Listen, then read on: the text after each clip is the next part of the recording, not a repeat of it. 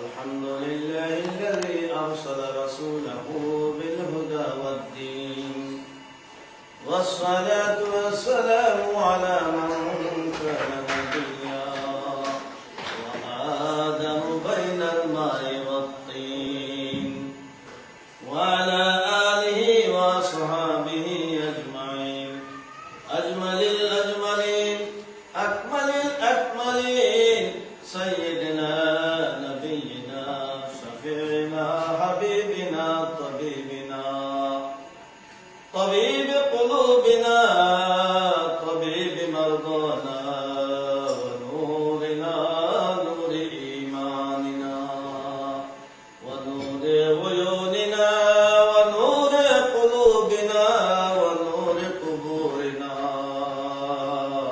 ونور ربنا ومأوانا وملجانا محمد صلى الله عليه وسلم أجمعين. أما بعد، قال الله تعالى في القرآن المجيد والفرقان الحميد: وإذ يرفع إبراهيم القواعد من البيت وإسماعيل ربنا تقبل منا إنك أنت السميع العليم ربنا واجعلنا مسلمين لك ومن ذريتنا أمة مسلمة لك وأرنا مناسكنا وتب علينا إنك أنت التواب الرحيم ربنا وابعث فيهم رسولا منهم يتلو عليهم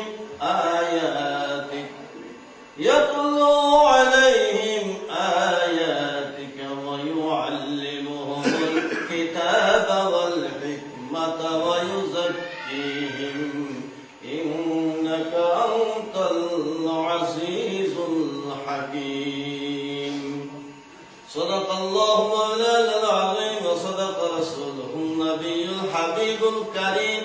قال الله تعالى في شأن حبيبه ومحبوبه ومعشوقه ومطلوبه سيدنا محمد صلى الله عليه وسلم مخبرا ومبشرا وآمرا: إن الله وملائكته يصلون على النبي يا أيها الذين آمنوا صلوا عليه وسلموا تسليما.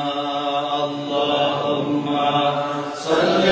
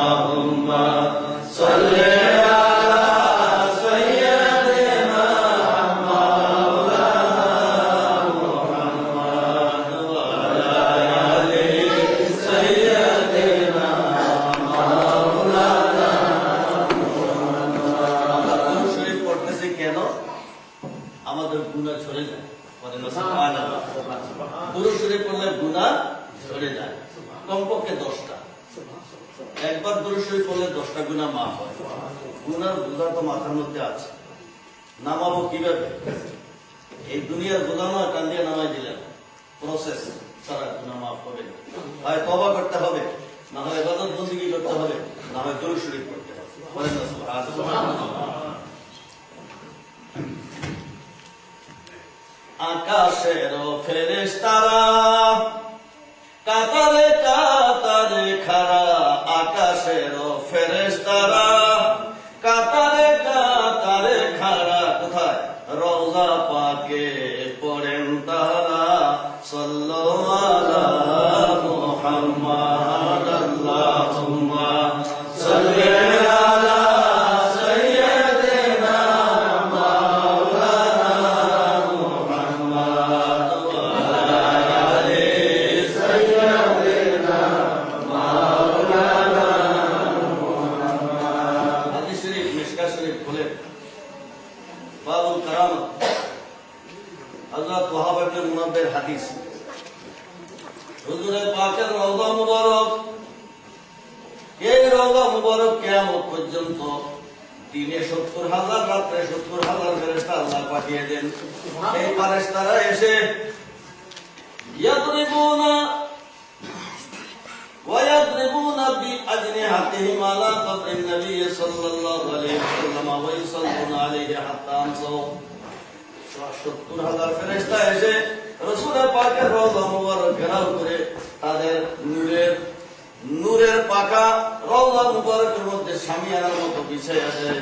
তারা সকাল থেকে আরম্ভ করে সন্ধ্যা পর্যন্ত নবীর উপরে দরুদ পড়ে। আকাশের ফেরেশতারা কাতারে কাতারে খাড়া, রওজা পাকে পড়েন তারা, সাল্লাল্লাহু আলা মুহাম্মাদ আল্লাহুম্মা সাল্লি আলা সাইয়্যিদিনা মাওলানা মুহাম্মাদ ওয়া আলা আলি সাইয়্যিদিনা মাওলানা মুহাম্মাদ। নবীজির সম্মান আল্লাহ রাব্বুল আলামিন পয়গম্বরদের মাধ্যমে করেছেন, ফেরেশতাদের মাধ্যমে আমার নবীদের সম্মান, স্বয়ং আল্লাহ রাব্বুল আলামিনের দ্বারাও আমার নবীর সম্মান। আমার দয়াল আল্লাহ দয়াল নবীজির সম্মান করেন। ইন্নাল্লাহা ওয়া মালাইকাতাহু ইউসাল্লুনা আলান নবী। আল্লাহ বলেন, আমি সুসংবাদ দিচ্ছি, হে আমার মুমিন বান্দারা শোনো, আদমকে সম্মান দিয়েছি ফেরেশতাদের দ্বারা। ফেরেশতারা সিজদা করেছে, আদম সম্মানিত হয়েছে, কিন্তু আমার এই নবীকে সর্বপ্রথম আমি খোদা সম্মান করি। স্বয়ং আল্লাহ প্রথম সম্মান করেন। ইন্নাল্লাহা, সর্বপ্রথম আল্লাহ, দেন ওয়া মালাইকাতাহু, এরপর আমার ফেরেশতারা। কি করি, কিভাবে সম্মান দেখায়? ইউসাল্লুনা আলান নবী, কন্টিনিউয়াসলি দরুদ পড়ে আমার নবীর উপরে। সুবহানাল্লাহ। হযরত আদমের জন্য ক্ষণিক সম্মান, আমার নবীর জন্য কিয়ামত পর্যন্ত যতদিন তিনি নবী এই খেতাবে ভূষিত, ততদিন পর্যন্ত এই দরুদ বন্ধ হবে না। স্বয়ং খোদা তাআলা বলেন, ওগো শোনো যত মুমিন দল, আমি পড়ি তোমরা পড়ো, সাল্লাল্লাহু আলা মুহাম্মাদ আল্লাহুম্মা সাল্লি আলা সাইয়্যিদিনা মাওলানা মুহাম্মাদ ওয়া আলা আলি সাইয়্যিদিনা মাওলানা মুহাম্মাদ। আল্লাহুম্মা সাল্লি ওয়া সাল্লিম ওয়া বারিক আলাইহি। আজকের এই পবিত্র মিলাদুন নবীর মাহফিল, বাংলাদেশের মুসলমান ভাই ও বোনেরা বাংলাদেশ ছেড়ে এখানে আসছেন। আজকের এই পবিত্র মাহফিলের আয়োজকদের পক্ষে যিনি চেয়ারম্যান, সভাপতি, সম্মানিত সভাপতি সাহেব, ব্যবস্থাপনা কমিটি, আজকের সম্মানিত উপস্থিতি, ব্রাদার এন্ড সিস্টার লাইক সুন্নি মুসলমান অডিয়েন্স, আসসালামু আলাইকুম ওয়া রাহমাতুল্লাহি ওয়া বারাকাতুহু। আজকে মানুষ কম, কিন্তু আমরা এগুলিতে কোনো পরোয়া করি না। আমাদের একটা উল্টা হিসাব আছে। সেই হিসাবটা হলো কি, বাংলাদেশে যদি 13 কোটি মানুষ হয়, তাহলে সুইডেনের মধ্যে 13 কোটি লোকের রিপ্রেজেন্টেটিভ আপনারা 5,000 বাংলাদেশের রিপ্রেজেন্টেটিভ। এই 5,000-এর মধ্যে ডিভিশন করেন। বাংলাদেশের মধ্যে যদি 13 কোটি লোক একটা মাহফিলে থাকে, তাহলে স্টকহোমের মধ্যে 5,000 লোক তার সমান হবে। সুতরাং আপনার এক একজনে হাজার হাজার লোকের রিপ্রেজেন্টেশন করতেছেন। সুতরাং আজকে আপনাদের মানুষ কম আর বেশি রায় আমাদের বড় কথা নয়। You are the representative of Bangladesh. এই হিসাবে আপনাদের কাছে 2-4টা কথাবার্তা বলে যাব। আমরা মাস্টার মানুষ, আমরা শিক্ষক মানুষ, আমরা ছাত্রদেরকে শিখাই, পিটাইয়া বাটাইয়া হইলেও শিখাই। যে পর্যন্ত না বুঝে সেই পর্যন্ত আমরা এগুলিকে শরবত বানাই হইলেও খাওয়াইয়া দিই। ঢাকা ইউনিভার্সিটির একজন প্রফেসর, ইসলামিক হিস্ট্রি, বাবার মাদ্রাসায় শিক্ষিত, আমিও সামান্য ছোটখাটো মাদ্রাসা, স্কুল, কলেজ, ইউনিভার্সিটি, বিসিএস, পেলার, লেফটিং, ইত্যাদি অনেকগুলি পূজাবাদী আছে, সবগুলি ছেড়ে দিয়েছে। আল্লাহ এবং আল্লাহ রসুল হল সবচেয়ে বড় সম্পদ। করেন আলহামদুলিল্লাহ। সামান্য কিছু কথাবার্তা বলবো নবী করিম সাল্লাল্লাহু আলাইহি ওয়াসাল্লামের উপরে। In the light of holy Quran, কোরআন মজিদের মধ্যে নবী করিম সাল্লাল্লাহু আলাইহি ওয়াসাল্লামকে কিভাবে আল্লাহ তাআলা উপস্থাপনা করেছে সেটা আমরা কিছু দেখব। সর্বপ্রথম ইমাম সাহেব আলহামদুলিল্লাহি রাব্বিল আলামিন পড়েছেন সূরা ফাতিহা উম্মুল কোরআন। আলহামদুলিল্লাহ দিয়া কেন আল্লাহ শুরু করলেন? কোরআন শরীফের শুরু আলহামদুলিল্লাহ কেন? এই প্রশ্নের জবাব কি? এই প্রশ্নের জবাব পাবেন আমার দয়াল নবীদের সৃষ্টি। নবী করিম সাল্লাল্লাহু আলাইহি ওয়াসাল্লামকে যখন সৃষ্টি করলেন, এর কোটি কোটি বছর পরে হযরত আদম আলাইহিস সালামকে সৃষ্টি করলেন। আমার দয়াল নবীজি নূরে মুহাম্মদে সৃষ্টি হয়ে সর্বপ্রথম বলেছিলেন আলহামদুলিল্লাহ। সুবহানাল্লাহ। আমার হুজুর নূরে মুহাম্মদে সৃষ্টি হয়ে একটা সিজদা করেছিলেন। সেই সিজদার মধ্যে আমরা বলি সুবহান রাব্বিয়াল আ'লা। আমার হুজুর বলেছিলেন আলহামদুলিল্লাহ। আল্লাহ বলেন ওয়ালিহাযা খালাকতুকা ওয়া সাম্মাইতুকা মুহাম্মাদা। হে আমার প্রিয় হাবিব, আপনাকে আমি পয়দা করেছি কেন? আপনি আলহামদুলিল্লাহ বলবেন, আমার প্রশংসা করবেন। এই জন্য আমি আপনাকে, আমি খোদার মহিয়ান, আমি খোদার মহিমা গাইতে পারে আরেক মহিয়ান না হইলে সম্ভবপর নয়। সাধারণ মানুষের যেমন প্রধানমন্ত্রীর সম্মান দিতে পারে না, একজন মন্ত্রী হইলে কাছাকাছি হয়। আল্লাহ বলেন আমার সৃষ্টির মধ্যে আমার কাছাকাছি যিনি, তিনি আমার প্রশংসা করতে পারে। হে আমার হাবিব, হামদ হলো প্রশংসা। হামদের উপরে আলহামদু আলিফ লাম, এটা হলো ডেফিনিট আর্টিকেল লাগাইয়া দিলাম। আরবিতে ডেফিনিট আর্টিকেল, ইট এক্সপ্রেসেস 4 মিনিংস। একটা হলো ইস্তিগরাক, আরেকটা হলো জিন্স, আরেকটা হলো আহাদে যিহনি, আরেকটা হলো আহাদে খারিজি। 4 অর্থ ব্যবহৃত হয়। আলহামদুলিল্লাহ সমস্ত প্রশংসা এক অর্থ, এটা হলো ইস্তিগরাক, যেটা আমরা সাধারণ মানুষে করি। কিন্তু যারা আলেম তারা বলে না, এটা সাধারণ মানুষের প্রশংসা দিয়ে কোথায় কি করবে? আলিফ লাম আরেক রকম হয় জিনসি কমন নাউন হিসাবে। না, এখানে কমন নাউন অভিযুক্ত হবে না। কি হিসাবে? আরেকটা আছে আহাদে যিহনি। আহাদ মানে উল্লেখ, যিহন মানে অন্তরে। অন্তরে অন্তরে যার কথা আছে তার নামে আলিফ লাম বসাইয়া ওনাকে মুরাদ নেয়। যেমন আপনাদের সুইডেনের মধ্যে ইএন বা কি একটা শব্দ লাগাইয়া সেখানে প্লুরাল বানায়। সিঙ্গুলার প্লুরালের মধ্যে যেমন পার্থক্য করার জন্য একটা ইএন পরে দিয়া লাগাইয়া দেয়, তেমনি ভাবে আলিফ লাম কোন একটা শব্দের পূর্বে লাগাইলে একটা জিনিসকে, নির্ধারিত জিনিসকে মিল করে। আল্লাহ বলে হে আমার হাবিব, আলহামদুলিল্লাহি রাব্বিল আলামিন। এখানে দুইটা জিনিসের উল্লেখ আছে, একটা হলো প্রশংসা, আরেকটা হলো প্রশংসিত আমি রাব্বুল আলামিন। কিন্তু আরেকটা তো বাকি রয়ে গেছে, প্রশংসাকারী কে? প্রশংসাকারী না হইলে প্রশংসা হইতে পারে না। বলেন না সুবহানাল্লাহ। তাফসীরে কোরআন কাকে বলে? সারা জীবন তো এই কাজে রিসার্চ করতেছে। প্রশংসা করতে 3টা এলিমেন্ট লাগে, প্রশংসাকারী, প্রশংসা, প্রশংসিত। ফেল ফাইল মফুল আরবিতে বলে। আল্লাহ বলে আলহামদু, এটা হলো মফুল। আরেকটা হলো লিল্লাহি রাব্বিল আলামিন, আমি খোদার প্রশংসা। এখানে প্রশংসাকারী কে? খোদা বলে প্রশংসাকারী হইল আলিফ লাম। হামদের পূর্বে আলিফ লাম যিনি বসা আছে আমার অন্তরে আছে তিনি আমার প্রিয় হাবিব মুহাম্মদ সাল্লাল্লাহু আলাইহি ওয়াসাল্লাম। আমি খোদা কোন প্রশংসার উপযুক্ত, আমার হাবিব যে প্রশংসা করে আমি সেই প্রশংসার উপযুক্ত। তোমার মুখে দিনে বলো সত্য মিছা কথা, তুমি আমার প্রশংসা কি করবে? তুমি আমার কথা শোনো নাই, তুমি আমাকে চোখে দেখো নাই, তুমি কিভাবে বলবে প্রশংসা? যিনি চোখে দেখে যিনি কানে শুনে তিনি বলতে পারে। আসল ডেফিনেশন একমাত্র সৃষ্টির মধ্যে জিবরাইলও দেখে নাই, মিকাইলও দেখে নাই, ইসরাফিল আজরাইলও দেখে নাই, কোন নবীও দেখে নাই, কোন ফেরেশতাও দেখে নাই। আদমকে আল্লাহ তৈরি করেছেন, আদমও খোদাকে দেখে নাই, একজনে মাত্র দেখেছে আমাদের প্রিয় নবী মুহাম্মদুর রাসূলুল্লাহ সাল্লাল্লাহু আলাইহি ওয়াসাল্লাম। আল্লাহ কোরআনে বলেন ইন্না আরসালনাকা শাহিদা, O my prophet, I have sent you as an eyewitness, as an eyewitness of everything.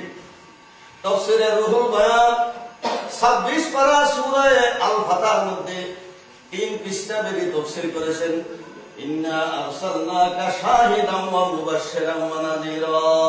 এখানে শাহিদকে শুধু সাক্ষী কেন? আই উইটনেস, চোখে দেখা, সাক্ষ্য সাক্ষী। কিসের সাক্ষী? আমাদের দেশের মধ্যে ঝগড়ার সাক্ষী হয়, ঘটনার সাক্ষী হয়। আমার নবীকে যে আল্লাহ বললেন সাক্ষী, আল্লাহ বলে সোনার কোরআনের মধ্যে আমার নবীকে 2 রকমের সাক্ষী আমি মেনেছি। একটা সাক্ষী বানাইছি ইন্না আরসালনাকা, পাঠানোর সময় তিনি সাক্ষী, আবার যখন হাসরের ময়দান হবে তখনও আমার নবী হবে সাক্ষী। সেটা সালাতু ওয়াস সালাম বলবে হে আল্লাহ,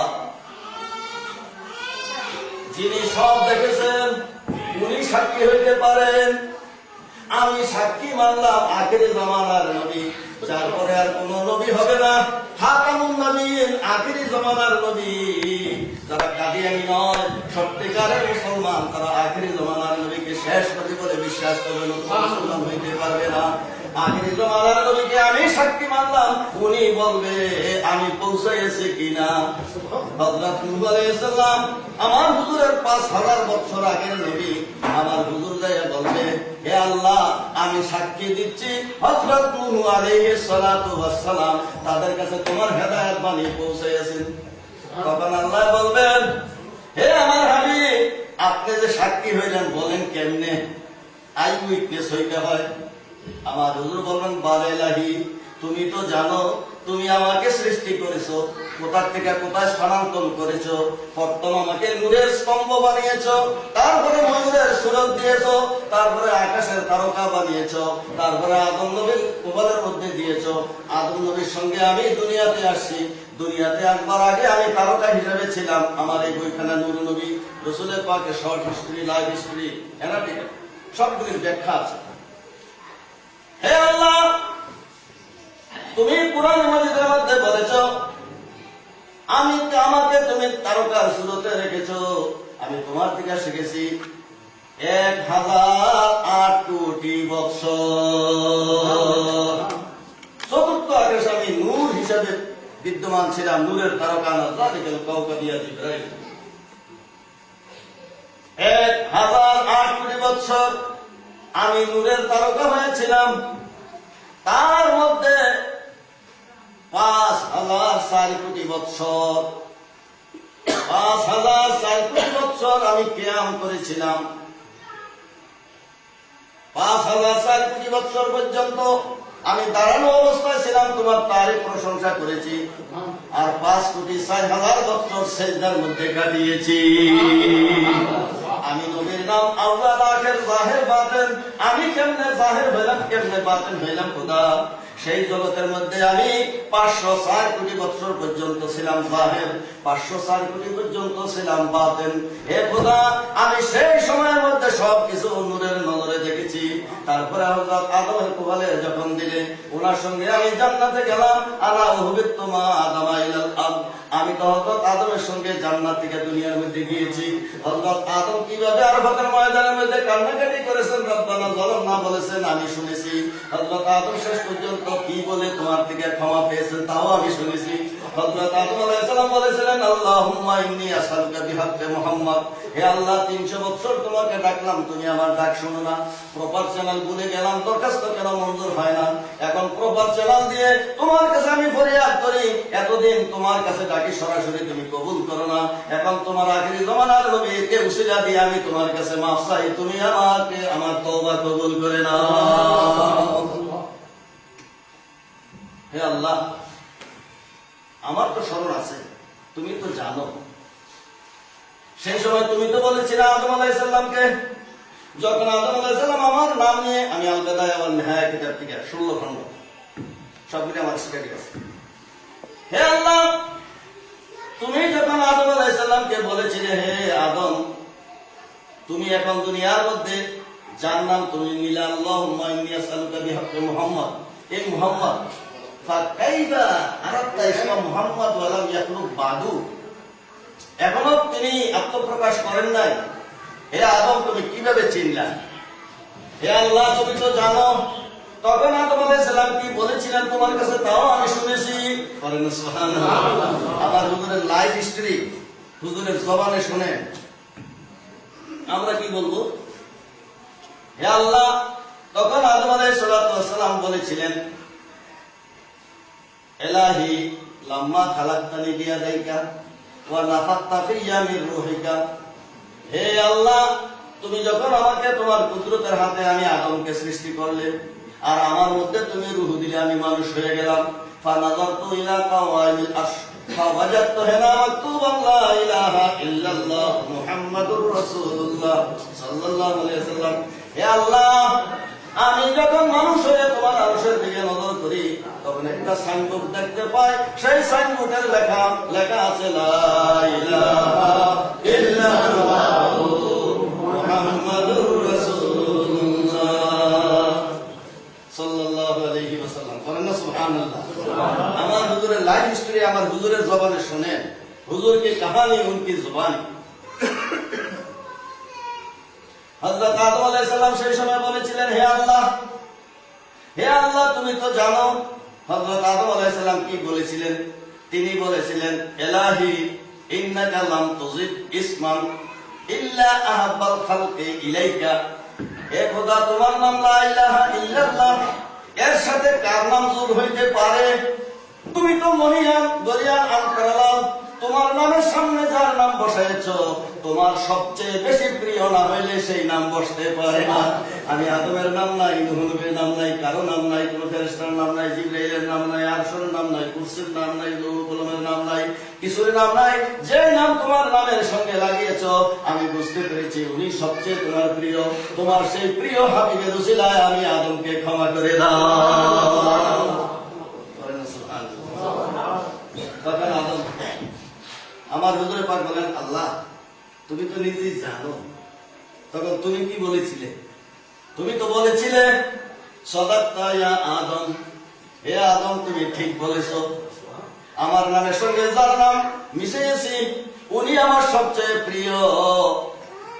হে আদম তুমি একটু নজর করে দেখো, লা ইলাহা ইল্লাল্লাহ 12 হরফ, মুহাম্মাদুর রাসূলুল্লাহ 12 হরফ, লা ইলাহা ইল্লাল্লাহর মধ্যে 12 হরফের মধ্যে কোনো নকতা নাই, মুহাম্মাদুর রাসূলুল্লাহর মধ্যে কোনো নকতা নাই, 12 12 24, লা ইলাহা ইল্লাল্লাহ মুহাম্মাদুর রাসূলুল্লাহ, দুইটা মিলে তাওহীদ ও রিসালাত মিলে ঈমানি কলমা হয়েছে। This two by this two ঈমান ওয়াজ ফর্মুলেটেড। দুই জিনিসের নাম হলো ঈমান, এক জিনিসের নাম ঈমান নয়। হে আদম লা ইলাহা ইল্লাল্লাহর মধ্যে মুহাম্মাদুর রাসূলুল্লাহর মধ্যে একবার আছে মুহাম্মদ নাম, দুইবার আছে আল্লাহ নাম।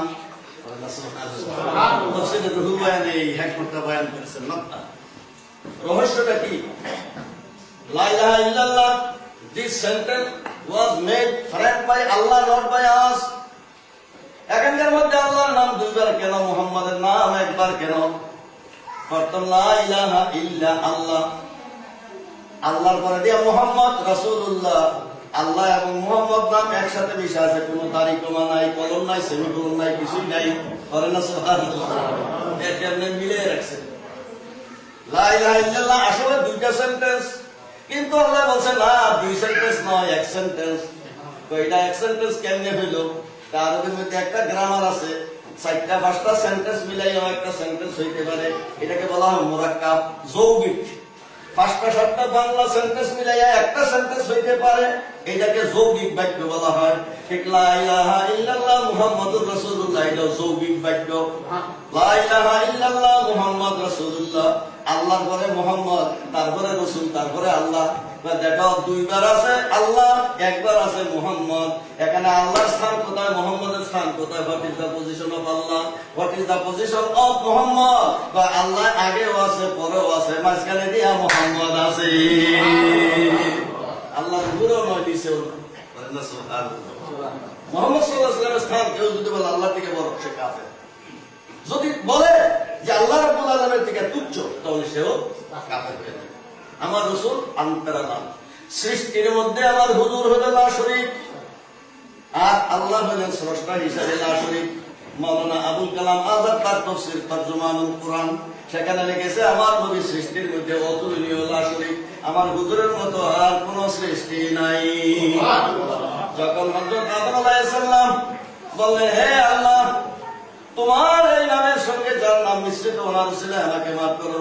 তখন আল্লাহ তাআলা বললেন, হে আদম, সাদাক্তা ইয়া আদম, তুমি সত্য বলেছো। কাবিলতু তাওবাতাকা ওয়া গাফারতু যামবাকা, হে আদম, আমি তোমার তওবা কবুল করলাম, তোমার ভুল মাফ করে দিলাম। নবীর গুনাহ বলা যাবে না, ভুল। আদম নবীর কোনো গুনাহ হয় না। ও পয়গম্বর আর Masum, no prophet did commit any sin, little or big. After or before, he was informed of nubuwwah. নবুয়তের সংবাদ পাওয়ার আগেও নয়, নবুয়তের সংবাদ পাওয়ার পরেও নয়, অর্থাৎ সমস্ত আম্বিয়ায়ে কেরাম আজন্ম নিষ্পাপ। আদম আলাইহিস সালামও নিষ্পাপ, একটা ভুল হয়ে গেছে।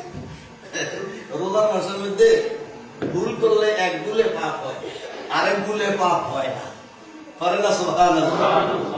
একই জিনিস, একজনে 1 ফোঁটা পানি খেয়ে ফেলল, এইটা রোজা ভঙ্গ হইতেও পারে, নাও হইতে পারে। যদি ইচ্ছাকৃত ভাবে 1 ফোঁটা পানি খায়, রোজা ভেঙে যাবে। যদি রোজার কথা মনে না থাকে, 1 কলস পানি খাইলেও রোজা ভাঙবে না। শরীয়তের বিধান, রোজার কথা মনে না থাকলে বাস মাফ। যখনই স্মরণ হয়েছে, আর 1 ফোঁটা পানিও মুখে দিতে পারবে না। 1 ফোঁটা পানি খাইলে গুনাহ হয়, 1 কলস পানি খাইলেও গুনাহ হবে না। আল্লাহ বলে, ওয়ানাসিয়া আদম, আদম ভুলে গিয়েছিল, আদমের কোনো দোষ নাই। ধমকাই আবার তুমি নরম করে বলছে আদমকে, হ্যাঁ আদম, তুমি অন্যায় করেছো, তুমি ভুল করেছো, তুমি ব্যাঠিক হয়ে গেছো, তুমি you are deviated from the correct পথ। আদম আলাইহিস সালাম রব্বানা বলল, আমার ভুল হয়ে গেছে। যখন ভুল হয়ে কান্দনে শুরু করছে, তখন খোদা তাআলা কয়, না না না, ও ফেরেশতারা, আমার আদম তো ইচ্ছা করে খায় নাই, ভুল করে ফেলেছে। কি খেলা খেলো রে মাওলা, কি খেলা খেলো, মাছ দরিয়ায় ফেলে যাও, তুলে বৈশা টানো। একবার বলো, আদম তুমি অন্যায় করেছো। যখন কান্দা শুরু করে দিয়েছে, তখন বলো, না, আদমে ভুল করে ফেলছে। কিতাবের মধ্যে লেখা, আল্লাহ বলে, বান্দারা রে, যত তুমি গুনাহই করো না কেন, আদম আলাইহিস সালামের মতন তওবা করো আর কান্দো, তখন আমি বলবো কোনো ভুল করে নাই। শরীয়ত তরিকা হাকিকত মারিফতের মধ্যে যান, কত উচ্চ মাকাম। খোদাই সমাদর করবে, গুনাহ করলে আল্লাহ সমাদর করবে না, গুনাহ করে নাই। ফানাসি আদম ওয়ালাম নাজিদ লাহু আজমা, 16 পারার মধ্যে আল্লাহ তাআলা বলেছেন, ফানাসি আদম, না না, আদম ভুলে গেছে। 350 বছর পর্যন্ত আদম আলাইহিস সালাম তওবা করেছেন। এই জন্য কিতাবের মধ্যে লেখা, তোমার যত ইবাদত বন্দেগী করো না কেন, সবচেয়ে বড় বন্দেগী কোনটা? সবচেয়ে বড় বন্দেগী হইল তওবা। তোমার আদি পিতা তওবা করেছেন সর্বপ্রথম 350 বছর পর্যন্ত।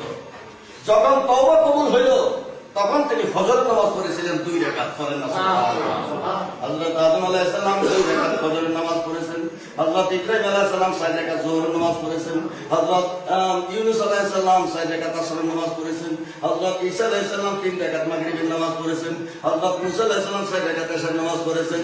সবে মেরাজের মধ্যে আল্লাহ বললেন, হে আমার হাবিব, আপনি আমার দরবারে আসছেন, আপনাকে তো আমি দেখা দিলাম, আপনার উম্মতের জন্য আমি কি হাদিয়া দিলাম, গিফট কি দিলাম। হে আমার হাবিব, আপনার উম্মতকে আমি এমন গিফট দিলাম দুনিয়ার মধ্যে কেউই দিতে পারবে না। 5টা নামাজ, 5 জন নবীর ইবাদত, 5 জন নবীকে আমি দান করেছি, সেই 5 জন নবীর ইবাদত আপনার একলা উম্মতকে আমি দান করে দিলাম। করেন না সুবহানাল্লাহ। নামাজ কি অর্ডিনারি জিনিস? কেন শুধুই পারফর্ম আওয়ার 5 টাইমস প্রেয়ার আমার নবী কেন 5 ওয়াক্ত আনলেন? 6 ওয়াক্ত হলো না কেন? 4 ওয়াক্ত হলো না কেন? বিরাট হিস্টরি, বিরাট ইতিহাস এগুলির মধ্যে আছে, অনেক কথা। আল্লাহ রাব্বুল আলামিন বললেন, হে আদম, এখন ঠাট্টা শুরু করে দিয়েছেন। হে আদম, তুমি একবার ভুল করেছো বেহেশতে, ভুল করে গাছের ফল খেয়ে ফেলছো, 350 বছর পর্যন্ত কামলা। আজকে তুমি আবার আমার কাছে মাফ চাইলা, তাও আরেকটা ভুল করলা। পরে ইলাহি কিভাবে ভুল করলাম? আল্লাহ বলেন, এটা হলো কানজুল উম্মাল কিতাবের মধ্যে লেখা। আল্লাহ বলেন, ইয়া আদম লাউ তাশাফফাতা ফি আহলিস সামাই ওয়াল আরদি লাশাফফানাক।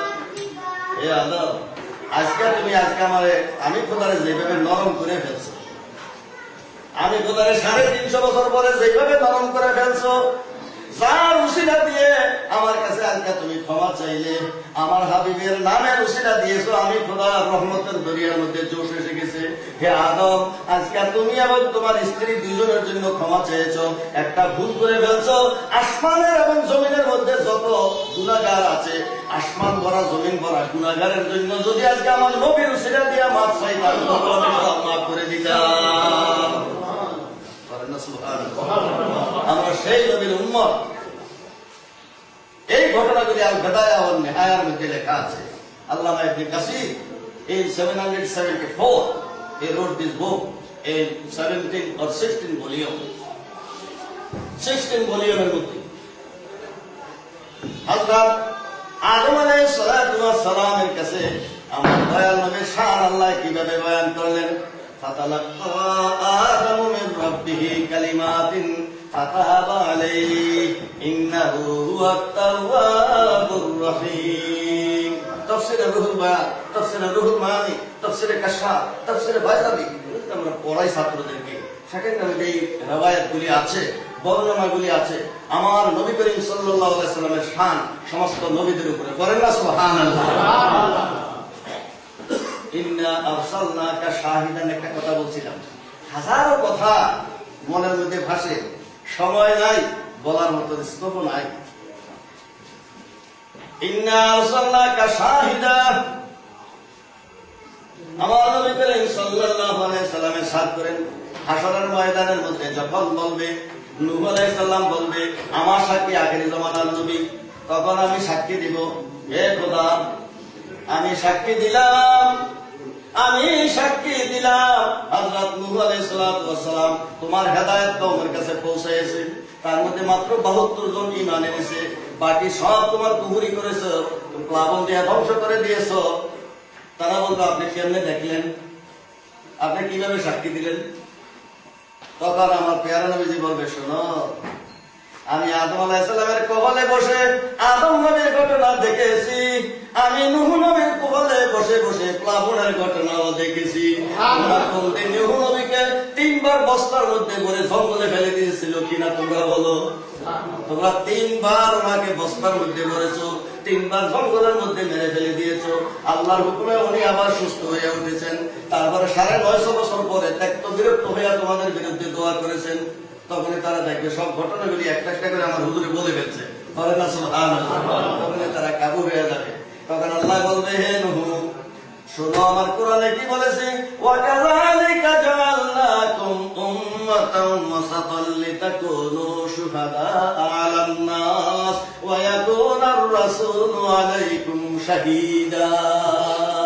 আমার নবীকে দুনিয়ার সমস্ত ঘটনার ব্যাপারে আমি সাক্ষী মেনেছি, আমার নবী হলো আমার রাজ সাক্ষী। এই বডিনি চোখ দিয়ে আমার নবী দেখে নাই সেই সময়, কিন্তু নূরের নজরে সবকিছু তিনি দেখেছেন। যেহেতু তিনি আদমের কপালে, হযরত ইব্রাহিম আলাইহিস সালামের কপালে নমরুদের আগুনে কেন ইব্রাহিম আলাইহিস সালামকে জ্বালায় নাই, হযরত নূহ আলাইহিস সালামের নৌকা কেন ডুবে নাই? হুজুরে বলেন, আমি যে নূহ নবীর কিস্তির মধ্যে ছিলাম, আমি নূহ নবীর কপালে ছিলাম। হযরত নিজামুদ্দিন আউলিয়া অফ দিল্লি উনি একটা কিতাব লিখেছেন, রাহাতুল কুলুব, রাহাতুল মুহিব্বিন। রাহাতুল মুহিব্বিনের মধ্যে হযরত নিজামুদ্দিন আউলিয়া একটা ঘটনা লিখেছেন। শোনো, আমার দয়াল নবী আকা মাওলা তাজদার মদিনা মুহাম্মদুর রাসূলুল্লাহ সাল্লাল্লাহু আলাইহি ওয়াসাল্লামের সাথ করে আমার বংশধর বিবি ফাতেমা, ইমাম হাসান হোসেন, হযরত আলী মাওলা করিম, হযরত ইমাম জয়নুল আবদিন, ইমাম বাকের, ইমাম জাফর সাদিক, ইমাম মুসা কাযিম, ইমাম মুসা রাজা, ইমাম তকি, ইমাম নবী, ইমাম হাসান আসকারী, ইমাম মেহেদী, আমার নবী বংশ আব্দুল কাদের জিলানী, খাজা মঈনুদ্দিন চিশতি, আমার হাসান হুসাইনি বংশধর যারা ইমানের সাথে দুনিয়ার মধ্যে আছে, আমি নবী বলতেছি তারা নূহ নবীর কিস্তির মতো। ওই কিস্তির মধ্যে মান রাকিবা ফাকাত নাজা ওয়া মান তাখাল্লাফা আনহা গারাক। যারা ওই নৌকার মধ্যে সওয়ার হবে তারা নাজাত পাবে, যারা নৌকার থেকে বিরত থাকবে তারা ডুবে মরবে। যারা আমার আহলে বায়ত, আমার বংশধরকে অনুসরণ করবে না তারা ডুবে মরবে, যারা আমার আহলে বায়তকে অনুসরণ করবে তারা নাজাত পেয়ে যাবে। ইন্নামা মাসালু আহলে বাইতি কামাসালি সাফিনাতি নূহ, মান রাকিবাহা ফাকাদ নাজা ওয়া মান তাখাল্লাফা আনহা ফাকাদ গারাক। আমি একটা কিতাব লিখছি, আকায়েদ ওয়া মাসাইল, সেখান থেকে আমি বলতেছি। নিজামুদ্দিন আউলিয়া বলে, শোনো আমার মুরিদেরা, হযরত নূহ নবীর কিস্তি কিভাবে তৈরি হয়েছে জানেননি? নূহ নবীর কিস্তি তৈরি হয়েছে 1,24,000 তক্তা দিয়ে। উনি যখন বদদুয়া করলেন, হে আল্লাহ, রাব্বিল লা তাযার আলাল আরদি মিনাল কাফিরিনা দাইয়ারা, হে খোদা, এই জমিনের মধ্যে কোনো আবাদি রাখবে না, সমস্ত মানুষকে তুমি ধ্বংস করে দাও আমার 72 জন ছাড়া। খোদা বললেন, নূহ নবী, আমি মানুষ সৃষ্টি করলাম, মানুষ আমার নাফরমানি করে, কেউ আমার গালিও দেয়, কিন্তু আমি তো তাদের সবাইকে খাওয়াইতেছি, আমি তো কোনো সময় বিরক্ত হই নাই। 1000 বছরে তুমি বিরক্ত হয়ে গেলা? তোমাদের আগে জিনজাতিরা আমার কত গালি দিয়েছে, খুনাখুনি মারামারি করেছে, আমি তো সহ্য করেছি, আমার নাম আলিম ও হালিম, আর তুমি 900 বছরে ত্যাক্ত হয়ে গেলা। হে নূহ, কেন বদদুয়া করতেছো? সারাটা দুনিয়া আমি ধ্বংস করে দেব, তুমি আর 72 জনকে রেখে সারাটা দুনিয়ার মধ্যে লক্ষ লক্ষ কোটি কোটি মানুষকে আমি ধ্বংস করে দেব, কোন যুক্তি বলো? হযরত নূহ আলাইহিস সালামের কথা যুক্তি আছে, আমার থেকে শুনো, পারেন না? সুবহানাল্লাহ। আশিক মাসুদের কথাটা কোরআন শরীফে কি বলে? হযরত নূহ আলাইহিস সালাম বললেন, এইটা তাফসীরে ইবনে কাসিরের মধ্যে লেখা, ইন্নাকা ইনতাযারহুম ইউদিল্লু ইবাদাক ওয়া লা ইয়ালিদু ইল্লা ফাজিরান কাফফারা। হে খোদা, আমার কাছে 2টা ডকুমেন্ট আছে, এভিডেন্স আছে ধ্বংস করার পক্ষে। 1 নম্বর হলো ইন্নাকা ইনতাযারহুম, যদি তাদেরকে ধ্বংস না করে আপন অবস্থায় রেখে দাও, ইউদিল্লু ইবাদাকা, তোমার এই 72 জন নেককার বান্দাদেরকে গুমরা করে নেবে, ফুসলাইয়া নিয়ে যাবে। পরিবেশ, তারা হাজার হাজার লক্ষ লক্ষ কাফের, আমার 72 জন হলো মুসলমান। আমি চলে গেলে তাদের কি অবস্থা হবে? আজকাল সুইডেনের মধ্যে বসবাসরত বাংলাদেশি মা বাপেরা বড় চিন্তিত। আমরা তো কোন রকমের সারলাম, বাপের কথা মনে আছে, দাদার কথা মনে আছে, গ্রামের কথা মনে আছে, পরিবেশের কথা মনে আছে। একটা অন্যায় করলে গ্রামের থেকে মুখ দেখানো যায় না, কিন্তু এমন পরিবেশের মধ্যে আসলাম, আমাদের পরে আমাদের সন্তানদের কি অবস্থা হবে? আমার হুজুরে বলেন, কি অবস্থা হবে? সেটা তোমার উপরে জিম্মাদারি, তোমার উপরে জিম্মাদারি। যেখানে অন্য কেউই নাই সেখানে তুমি নিজে শিক্ষক। আমি কেন শিক্ষা করবো? হুজুর বলছেন, আমি না বলছিলাম তলবুল ইলমি ফরিদাতুন আলা কুল্লি মুসলিমিন ওয়া মুসলিমাতিন, ইসলামী শিক্ষা করা প্রত্যেক মুসলমানের উপরে ফরজ, নরনারী যেই হোক। তুমি কেন আলহামদুলিল্লাহ সূরা জানো না? তোমার ছেলেকে কেন শিক্ষা দিতে পারলো না? তোমার মেয়েকে কেন শিক্ষা দিতে পারলো না? সেই জবাব আগে তোমাকে দিতে হবে। বলেন না সুবহানাল্লাহ। আমি আপনাদেরকে অনুরোধ করব, আমি লন্ডনে গিয়েছি গত বছর, একটা মাদ্রাসা তৈরি করে দিয়ে আসছি, আমার কাজ অর্গানাইজ করা, সেখানের মধ্যে মাদ্রাসা। আমি এখানের মধ্যে আপনাদের কাছে যদি আরো 7 দিন থেকে যেতাম, তাহলে আমি পরামর্শ করে একটা মাদ্রাসার ভিত্তি আমি করে দিয়ে দিতাম। তবু আমি আপনাদেরকে বলে যাই যে আপনারা মিলাদ শরীফ পড়ান, ভালো কথা, কিন্তু সবচেয়ে বেশি একটা মাদ্রাসার ব্যবস্থা করা করেন। এলিমেন্টারি প্রাইমারি এডুকেশনটা অন্তত ছেলে মেয়েদের হোক, যত কিছুই হোক, আপনাদের যেরকম টাকা কামান সেরকম টাকা খরচও করতে হবে, নাহলে আপনাদের ছেলে মেয়েদেরকে রক্ষা করা কঠিন হয়ে যাবে। আমি তাবিজ দিয়ে কি করি? লন্ডন আমি হাজার হাজার তাবিজ দিচ্ছি, কি জন্য? এখানকার মধ্যে ফ্রি মিক্সিং তাবিজ আমি তাবিজ দিয়ে কি যা ছবি শেখানো যাবে। তুমি যদি গরুর খুঁটা ছেড়ে দিয়ে গরুর খেত খেসটা করবে, আগে খুঁটা দিতে হবে, ক্ষেতের মধ্যে বেড়া দিতে হবে, ক্ষেতের মধ্যে বেড়া দাও না, ফুটাও দাও না, তাবিজ দিয়া তোমার ছেলে মেয়েকে রক্ষা করা এটা সম্ভবপর হবে না। আমার হুজুর বলেন, নুরু সিবিয়ানাকুম বিসসালাতি ইযা বালাগু সাবা, তোমার ছেলে মেয়ে যখন 7 বছর হবে, এখানে 6 ক্লাসের মধ্যে যেমন নাকি কম্পালসারি এডুকেশন হয়, আমার হুজুর বলেন যখন 7 হয়ে যায় তখন তাকে নামাজের মধ্যে দাঁড় করাইয়া দিতে হবে। বাপ ছেলেকে, মা মেয়েকে তার সঙ্গে নামাজের মধ্যে দাঁড় করাইয়া দিতে হবে। সুবহান রাব্বিল আযীম জানুক আর না জানুক, একটু ফিসফিসাইয়া আমার হুজুরে নামাজ পড়তেন, আমরা সুবহান রাব্বিল আযীম করি আস্তে আস্তে, আমার হুজুর করতেন একটু জোরে জোরে, কেননা হুজুর ছিলেন মুআল্লিম, হুজুর ছিলেন টিচার। সাহাবায়ে কেরাম শুনতেন হুজুরে কি করে, রুকুর মধ্যে যায় হুজুরে পড়ে সুবহান রাব্বিল আযীম, সুবহান রাব্বিল আযীম, সুবহান রাব্বিল আযীম। সাহাবায়ে কেরাম বলে সুবহান রাব্বিল আযীম, সুবহান রাব্বিল আযীম। হুজুর এটা কোথায় পেলেন? হুজুর এটা কোথায় পেয়েছি? কোরআন শরীফের মধ্যে পাইছি। সেটা কয় কোন কালে? ফাসাব্বিহ বিসমি রাব্বিকাল আযীম, 14 বারের মধ্যে ফাসাব্বিহ বিসমি রাব্বিকাল আযীম। এইটার দ্বারা হইল রুকু। সেজদার মধ্যে যে বলেন সুবহান রাব্বিয়াল আলা, এটা কোথায় পাইলেন? হুজুরে বলে I derived it from the holy Quran also, from which সূরা?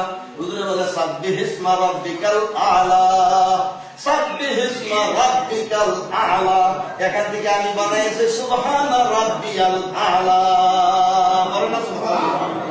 আসরারুল কোরআন, কোরআন থেকে কোনখানে কোন দোয়া হয়েছে, কোনখানের মধ্যে কোরআন থেকে শব্দের মাধ্যমে আমার হুজুর সেই দোয়া বানাইছেন, সবগুলি কোরআনের মধ্যে ইন্ডিকেশন আছে। এখন হুজুরে বলে সুবহান রাব্বিয়াল আযীম, সাহাবায়ে কেরাম শুনেন। হুজুরে বলেন সুবহান রাব্বিয়াল আলা, সাহাবায়ে কেরামও শুনেন। হুজুরে বলে সামি আল্লাহু লিমান হামিদা, সাহাবায়ে কেরামও শুনেন। হুজুরে আবার তাদেরকে শুনাইয়া বলতেছেন রব্বানা লাকাল হামদ, রব্বানা ওয়া লাকাল হামদ। এই জন্য আহলে হাদিসেরা কয় হুজুরে জোরে জোরে বলছে, আমি জোরে জোরে বলবো না। আরে হুজুরে কেন জোরে জোরে বলাইছে? শিখানোর জন্য। বলে না সুবহানাল্লাহ। আমাদের দেশে আব্বা আব্বা, এই দেশে কি বলে? পাপ্পা। পাপি না করি স্যার, পাপ্পা করে সারবে। পাপ্পা হোক আব্বা হোক, ফটো মায় শিখায়। বাংলাদেশে হইলে ঠাট্টা করে শাসি যে দিরা তোমার আব্বা কই, কিন্তু মায় বর্তমানে বল আব্বা আব্বা আব্বা, আব্বু আব্বু আব্বু আব্বু। এটা মায় আগে শিখায়, যে মায় আগে শিখায় সন্তানকে, নবী শিখায় উম্মতকে, টিচারে শিক্ষায় ছাত্রকে, ফিরে শিক্ষায় মুরিদকে, আর আলেমেরা শিক্ষায় সাধারণ মানুষকে। বলেন না সুবহানাল্লাহ। মা বাপে শিক্ষা দিবে সন্তানকে, বাপে শিখাইবে ছেলেকে, মায় শিখাইবে মেয়েকে। এমনি ভাবে মুখে মুখে শিখে যাবে। বিবি ফাতেমা কোন মাদ্রাসায় পড়েছেন, হযরত আয়েশা সিদ্দিকা কোন মাদ্রাসায় পড়েছেন, খাদিজাতুল কুবরা কোন মাদ্রাসার ছাত্রী, হযরত রাবিয়া বসরি কোন মাদ্রাসার ছাত্রী, উম্মে সালমা কোন মাদ্রাসার ছাত্রী। সারা জাহানের মুসলমানদের নেত্রী হলেন পাক পাঞ্জাতন আমার হুজুরের বিবি। বলেন না সুবহানাল্লাহ। আমার হুজুরের সোহবতে থেকে ওনারা হয়েছেন আলেমা, ফাযিলা, তাহেরা, মুতাহহারা, তাইয়্যিবা, তাহেরা, আলেমা, জাহিদা, আবেদা, সায়েমা, রাকিয়া, সাজিদা। বলেন না সুবহানাল্লাহ। আমার হুজুরের সোহবতে। নেপোলিয়ন বলছিল, give me a good mother, I will give you a good nation. হিটলারের বর্তমান বলছিল, live in Rome, I need more space. Rhine নিব, ফ্রান্স নিব, পোল্যান্ড নিব, জার্মানি নিব, তারপর রাশিয়া নিব। সমস্ত মেয়েদেরকে বলল, O men, go out from your kitchen and join army. যখন দেখা গেল জুতার ফ্যাক্টরি উন্নতি হয়ে যাচ্ছে, আর্মি উন্নতি হয়ে গেছে, ঘরের অবস্থা ডেটারিয়েট করতেছে, স্বামী স্ত্রীকে মানে না, স্ত্রী স্বামীকে মানে না, ইন্ডিপেন্ডেন্স দাবি করে বসলো, দেশ খারাপ হয়ে গেল। তখন হিটলারে বললো, O men go to the kitchen, তোমরা যেখান থেকে আসছো আবার তোমরা সেখানে ফিরে যাও। ইসলামের কথা কথা মানতেই হবে একদিন একদিন, অনেক with all compensation, many compensation দিয়ে সেটা মানতেই হবে। কিন্তু আমার দয়াল নবী বলছিলেন, আমি যা বলেছি এটার উপরে তোমরা কায়েম থাকো, মহিলারা রাজি থাকো, পুরুষরা রাজি থাকো। তুমি কে? জান্নাতের সর্দার মা ফাতেমা। তুমি কে? খাদিজাতুল কুবরা, জান্নাতের নবী। তুমি যদি জান্নাতে যেতে চাও হযরত ফাতেমাকে অনুসরণ করে যেতে হবে। ওনাকে ভায়োলেট করে তুমি জান্নাতে যেতে চাও, অসম্ভব। It is quite impossible. আমার মায়েদেরকে আমরা বলছি, হযরত ফাতেমা থেকে শিক্ষা নিতে হবে, হযরত আয়েশা সিদ্দিকা থেকে শিক্ষা নিতে হবে। স্বামীর প্রতি অবিডিয়েন্স কিভাবে ছিল? হযরত আয়েশা সিদ্দিকা বলেন, আমি অত্যন্ত ভাগ্যবতী, হুজুর আমার সিনার মধ্যে ইন্তেকাল করেছে, আমার ঠোঁটের সঙ্গে হুজুরের ঠোঁট লেগেছে, আমার মুখের লালার সঙ্গে হুজুরের লালা লেগেছে, আমি মেসওয়াক সবাইয়া দিয়েছি, আমার হুজুরের সেই মেসওয়াক চিবাইয়েছে। আমার মতন ভাগ্যবতী আর কোন মহিলা হইতে পারে না। সুবহানাল্লাহ। আমরা সেই মায়ের সন্তান, উম্মুল মুমিনিন। আমার বোনেরা, এর থেকে বেশি লম্বা কথা বলতে গেলে সারা রাত শেষ হয়ে যাবে, কোনোভাবে শেষ হবে না। আমার নবী পুরুষের নবী, আমার নবী মহিলাদের নবী, আমার নবী শিশুদের নবী, আমার নবী বালকদের নবী, আমার নবী যুবকদের নবী। আমার হুজুর যখন হিজরত করে মদিনা শরীফ গেলেন, যুবকেরা রাস্তার গল্লিতে গল্লিতে, মুসলিম শরীফ 2য় খণ্ড 265 পৃষ্ঠার মধ্যে হাদিস কানা আছে, ওয়াল আতফালু ওয়াল গলমানু ওয়াল গালমানু ইয়াক্তালিবুনা ফিত তুরুক। রাস্তার গলিতে গলিতে তারা মিছিল করতে আরম্ভ করলো। হুজুর আসছে, হুজুর আসছে খবর শুনে, হুজুরকে দেখে না এখন। মহিলারা ঘরের ছাদে উঠে গেল, ওয়ান নিসা ওয়ার রিজালু সাউদু আলা আলা সাকফিল বুয়ুত, ঘরের ছাদের মধ্যে উঠে গেল। সেখানে যায় তারা বলে, তালাল বদরু আলাইনা মিন সানিয়াতিল বাদাই ওয়াজাবা শুকরু আলাইনা মাদালিল্লাহি দাই। করোনা সুবহানাল্লাহ। কোন আলেম আজকে যুগে এরকম একটা কসিদা বানাইতে পারে নাই।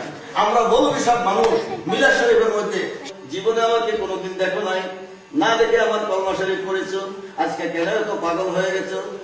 শুধু পাগল নয়, জীবনে চাঁদ দেখেছি, আপনার মতন এমন পূর্ণ শশী জীবনে আর হুজুরে ডাক দিলেন,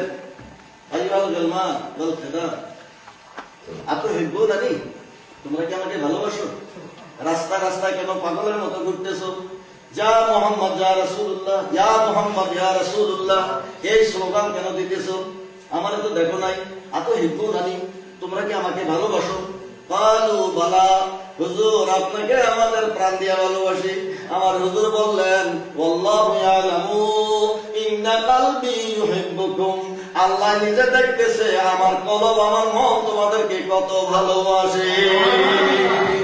আমার হুজুরের একটা শব্দ, আল্লাহু ইয়ালামু ইন্না কলবি ইউহিব্বুকুম, খোদা দেখতেছেন আমার অন্তর তোমাদেরকে কত ভালোবাসে।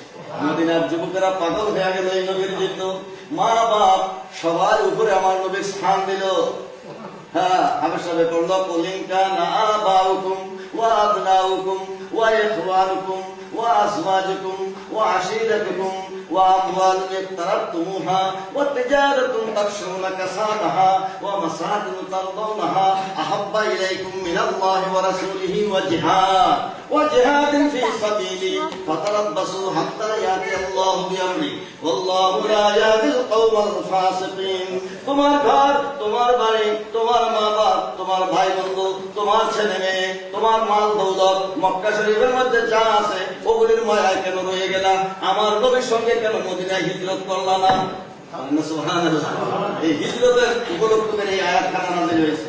গতকাল তাফসীরের কথা বলেছে, ধরি নাই, তাফসীরে তো সোজা জিনিস নয়, আর তাফসীর করলে 2-4 ঘন্টায় কি শেষ হয় নাকি? এইটা সাড়ে বছর কি যারা মক্কা শরীফ থেকে হিজরত করে নাই, দৌলতের মায়ায় রয়ে গেছে, ছেলের মায়ায় রয়ে গেছে, আত্মীয় স্বজনের মায়ায় রয়ে গেছে। আমার হুজুর বললাম, তোমরা সবাই মদিনায় চলে আসো। কেউ কেউ রয়ে গেছে, আচ্ছা যাবো, আমার ঘর বাড়ি আছে, ফসল আছে, মা বাবা আছে, তেজারত আছে, ব্যবসা আছে, অমুক আছে। তখন আল্লাহ আয়াত নাযিল করলেন, হে আমার হাবিব, আমি বলবো না, আপনার দ্বারা আমি বলাবো।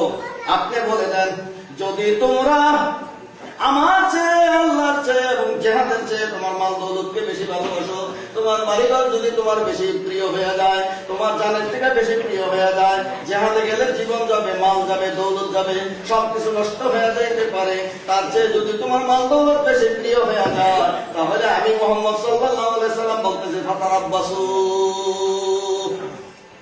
ওয়েট এন্ড সি, ফাতারাব্বাসু, wait and see for what comes, যে যা আসতেছে ফাতারাব্বাসু হাত্তা ইয়াতি আল্লাহ, আল্লাহ আসতেছে। বলেন না সুবহানাল্লাহ। শব্দটা কত সুন্দর, কোথায় গজব আসতেছে এটা কয় না। ফাতারাব্বাসু হাত্তা ইয়াতি আল্লাহ, অপেক্ষা করো যে যুদ্ধ না আল্লাহ আছে, তিনি আসবে।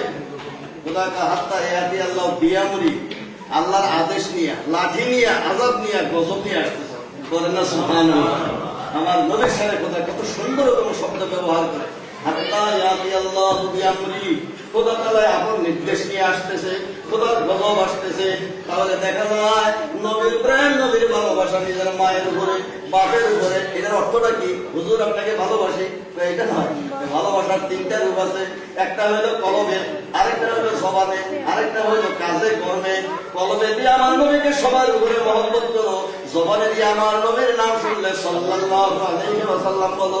আমার হুজুরের নাম শুনে যদি তুমি চোখের মধ্যে সুমা দাও, সুরমা লাগাইলে তোমার চোখ যদি ভালো হয়, আইওয়ানমেন্ট লাগাইলে যদি চোখের পর্দা সাফ হয়, আমার হুজুরের নাম শুনে সুমা দিয়া লাগাও, তোমার চোখের পর্দা ভালো হয়ে যাবে।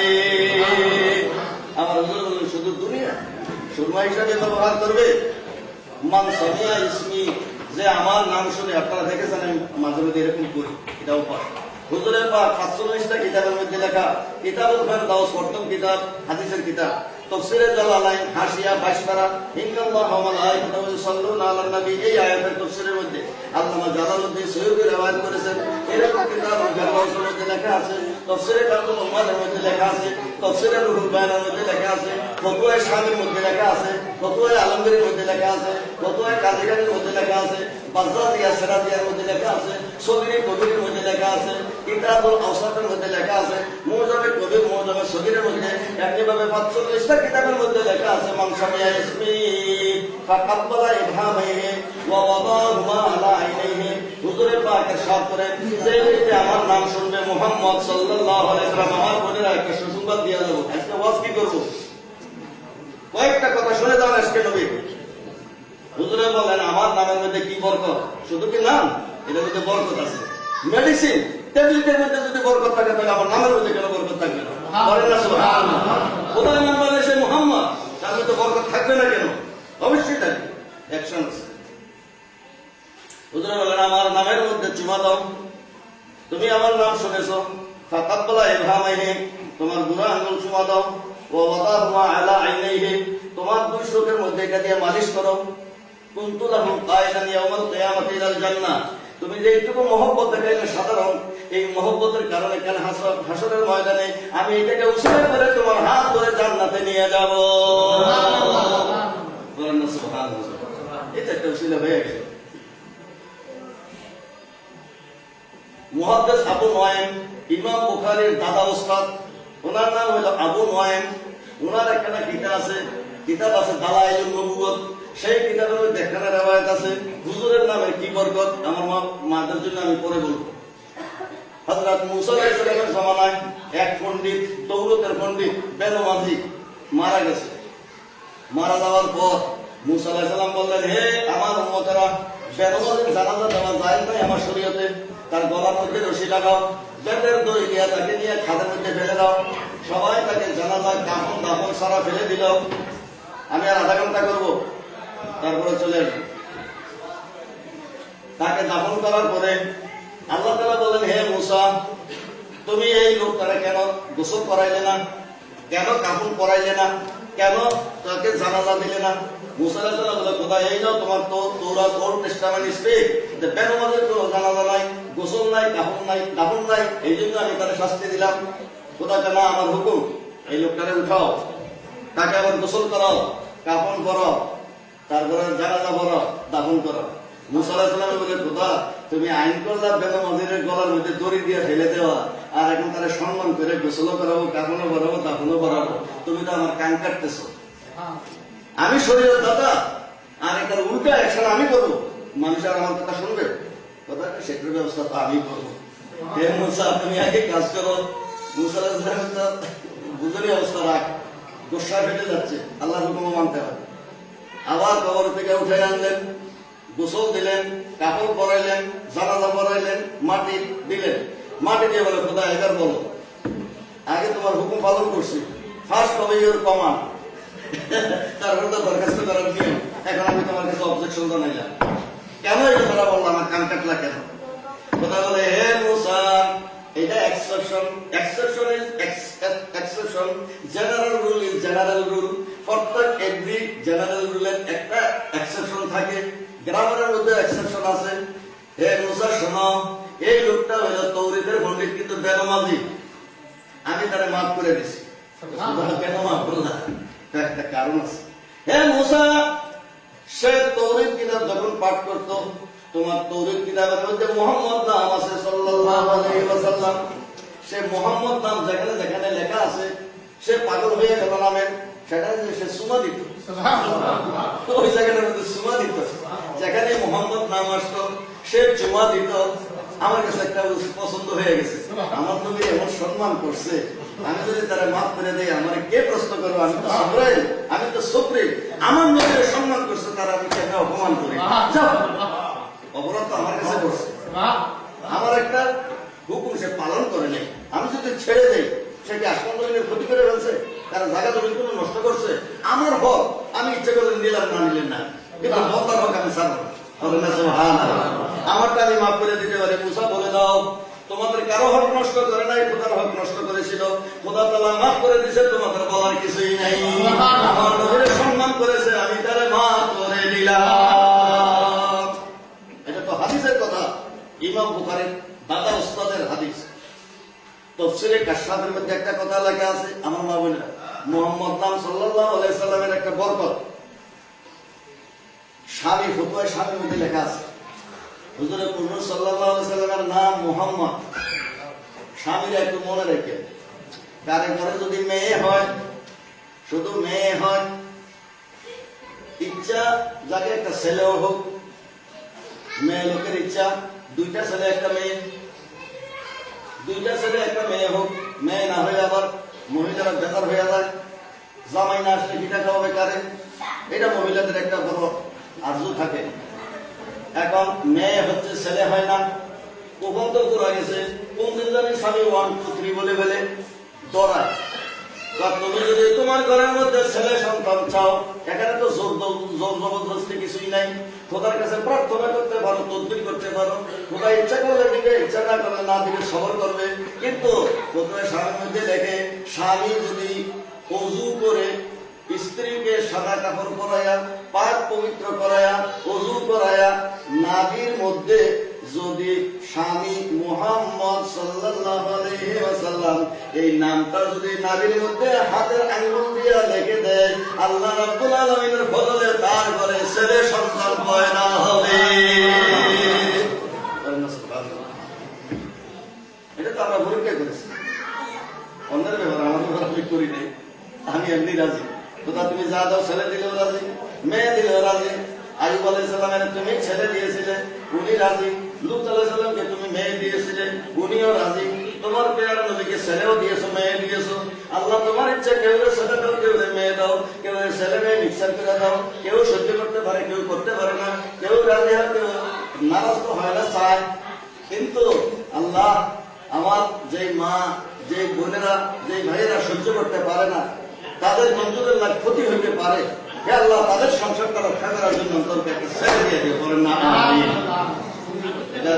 স্বামী জানতে পারে হুজুরের নূর সাল্লাল্লাহু আলাইহি ওয়াসাল্লামের কি লাইফ হিস্টরি বলবো না, হুজুরের জীবনী বলবো না, হুজুরের শিক্ষা বলবো, কোন দিক যাব? আমার ভাইয়েরা, আমরা মুসলমান হইয়া মুসলিম, we have to follow our prophet সাল্লাল্লাহু আলাইহি ওয়াসাল্লাম। হুজুরে বলেন আমার ভালোবাসা 3 রকম, কলবে, জবানে, কাজে। কলবের মধ্যে আমার ঈমান মজবুত রাখবে, আমি শেষ নবী, আমার নাম 1400, আল্লাহর নাম 3000, হুজুরের নাম 1400, আল্লাহর নাম 99টা আসমাউল হুসনা।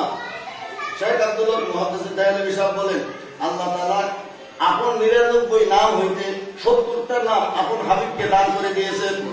বলেন না সুবহানাল্লাহ। ফর এক্সাম্পল, আসমায়ে হুসনা নাও, আর একজন করে বইখানা নাও, আসমায়ে হুসনাকে দয়াল নবীকে কোন কোন নাম দিয়েছেন? হুজুর পাক সাল্লাল্লাহু আলাইহি ওয়াসাল্লামের নাম, আল্লাহর নাম, আল্লাহ রাব্বুল আলামিন বলেন আনাল আউয়াল আনাল আখির আনাল যাহির আনাল বাতিন, আমি আউয়াল আমি আখির আমি যাহির আমি বাতিন। এখন আমার হুজুরের নাম বলেছে আউয়াল আখির যাহির বাতিন। হে আমার হাবিব, আমার এই 99 নামের থেকে এই 4টা নাম আপনাকে দিয়ে দিলাম। আপনি আউয়াল, আপনি আখির, আপনি যাহির, আপনি বাতিন। সুবহানাল্লাহ। আপনার আগে আর কেউই নাই, আপনার পরে আর নবী কেউই নাই। গোলাম মোহাম্মদ কাদিয়ানী সে নবুয়তি দাবি করে কাফের হয়ে গেছে, তার অনুসারীরা বিশ্বাস করে কাফের হয়ে গেছে। হে আমার হাবিব, আনতাল আউয়াল আনতাল আখির আনতাল যাহির আনতাল বাতিন। আপনার জাহিরি অবস্থা মানুষে দেখে, বাতিনি অবস্থা আমি দেখি।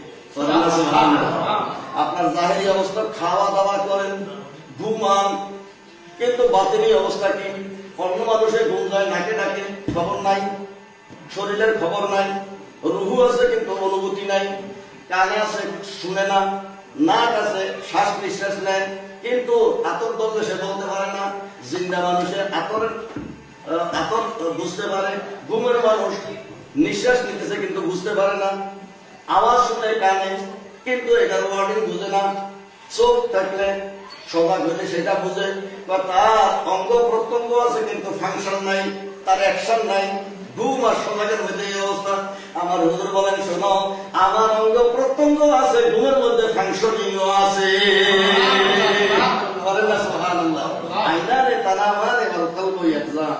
আমার এই জাহির সব গুমরায়, বাতিলের চোখে আসমান জমিন সব দেখে। তোমাদের কানে তোমরা কিছু শুনো না, আমি সব শুনি, তোমরা কি কথা বলো। কারণ এটা হুজুরে গুমরায় বোধহয় আর উঠবে না, হুজুরে আমি শুনতে আছি তাদের কথা। আসমানের মধ্যে কি কথা বলে? হুজুরে বলে আমি শুনি। হুজুরে বলে শুধু তাই নয়, আমি আমার যখন মায়ের গর্ভে ছিলাম, কুনতু আসমাউ সরিরাল কালামি হিনা কুনতু ফি বাতনি উম্মি, আমি আমার মায়ের গর্ভে যখন ছিলাম তখন আমি লৌহে মাহফুজের কলমের খসখসানির আওয়াজ শুনেছি। আমার হুজুর is unparalleled in the history of the universe, আল্লাহর সৃষ্টি জগতের মধ্যে। আমার হুজুর বলেন আমার নাম কি? আহমদু, মাহমুদু, নূরু, মুনিরু, আউয়ালু, আখিরু, যাহিরু, বাতিনু, বাররু, রাউফুন, রাহিমুন, হাক্কুন, বাইয়িনুন, আজিমুন, জাব্বারুন, আলিমুন, হালিমুন, খাবীরুন, কারীমুন, রাশিদুন, বাসীরুন, শাকুরুন, হাবিবুন, হাসিবুন, মুজিবুন। এগুলি টোটাল 99 নামের মধ্যে আছে। বলেন না সুবহানাল্লাহ। এগুলি ফরমান দিতে গেলে তো সারা রাত মাস যাবে। হুজুরের 1400 নাম আছে, 70 নাম। একটার উপরে যদি আলোচনা করি 1 মাসও শেষ হবে না। আমার এলেম শেষ হয়ে যাবে, কিন্তু হুজুরের নামের এক্সপ্লেনেশন শেষ হবে না। 1400 আলোচনা করতে হলে 1400 রাত্র লাগবে। এখানে মোটে সময় হলে 1 ঘন্টা 1.5 ঘন্টা শুধুমাত্র বলে দেওয়া যায়। এক্সপ্লেনেশনের সময় যখন আসে চ্যালেঞ্জ হলে তখন দেখা যাবে। আমার হুজুর কোরআন মজিদের মধ্যে আছে, খোদা বলে আনা করিমুন। আমার হুজুরের নাম আছে ইন্নাহু লাকাউলু রাসূলিন কারীম। আমার হুজুরের নামেও করিম আছে।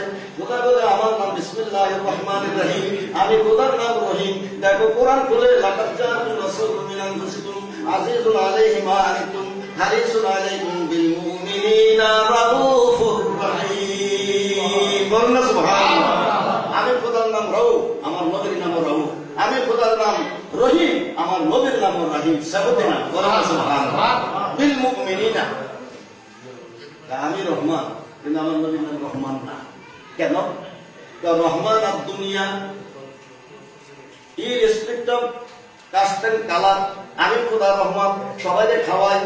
আমার নবীর এই সেবকটা দেয় নাই, কিন্তু রহিম একটা সেবক দিয়েছি। রহিমুল আখিরা, কবরের থেকে শুরু হবে রহিমের কারবার, শেষ হবে রহমান নাই। খোদা কয় বিপদের দিনে আমিও রহিম, আমার নবীও বিপদের দিনে শাফিউল মুজলিমিন। আমার হুজুর শাফিউল মুজলিমিন, হাসরের ময়দানে কেউ বাঁচাইতে পারবে না। আমার হুজুর বলে তুমি মাপ পাইবা 3 সুরতে। একটা হইল দুনিয়ার মধ্যে তওবার মাধ্যমে, আরেকটা হইল খোদার রহমতে, আরেকটা হইল আমার শাফাআতে। যার ভাগ্যে 3টার কোনোটাই নাই, তার মতো অবাগান আর দুনিয়া থেকে হয় নাই।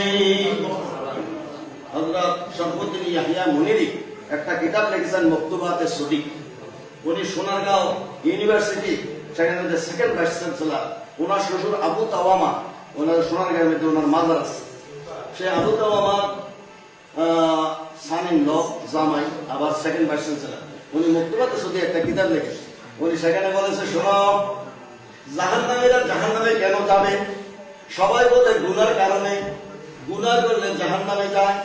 আমি ইয়াহিয়া মনিরি বলতেছি গুনার কারণে নয়, জাহান্নামে যাবে গুনার কারণে নয়।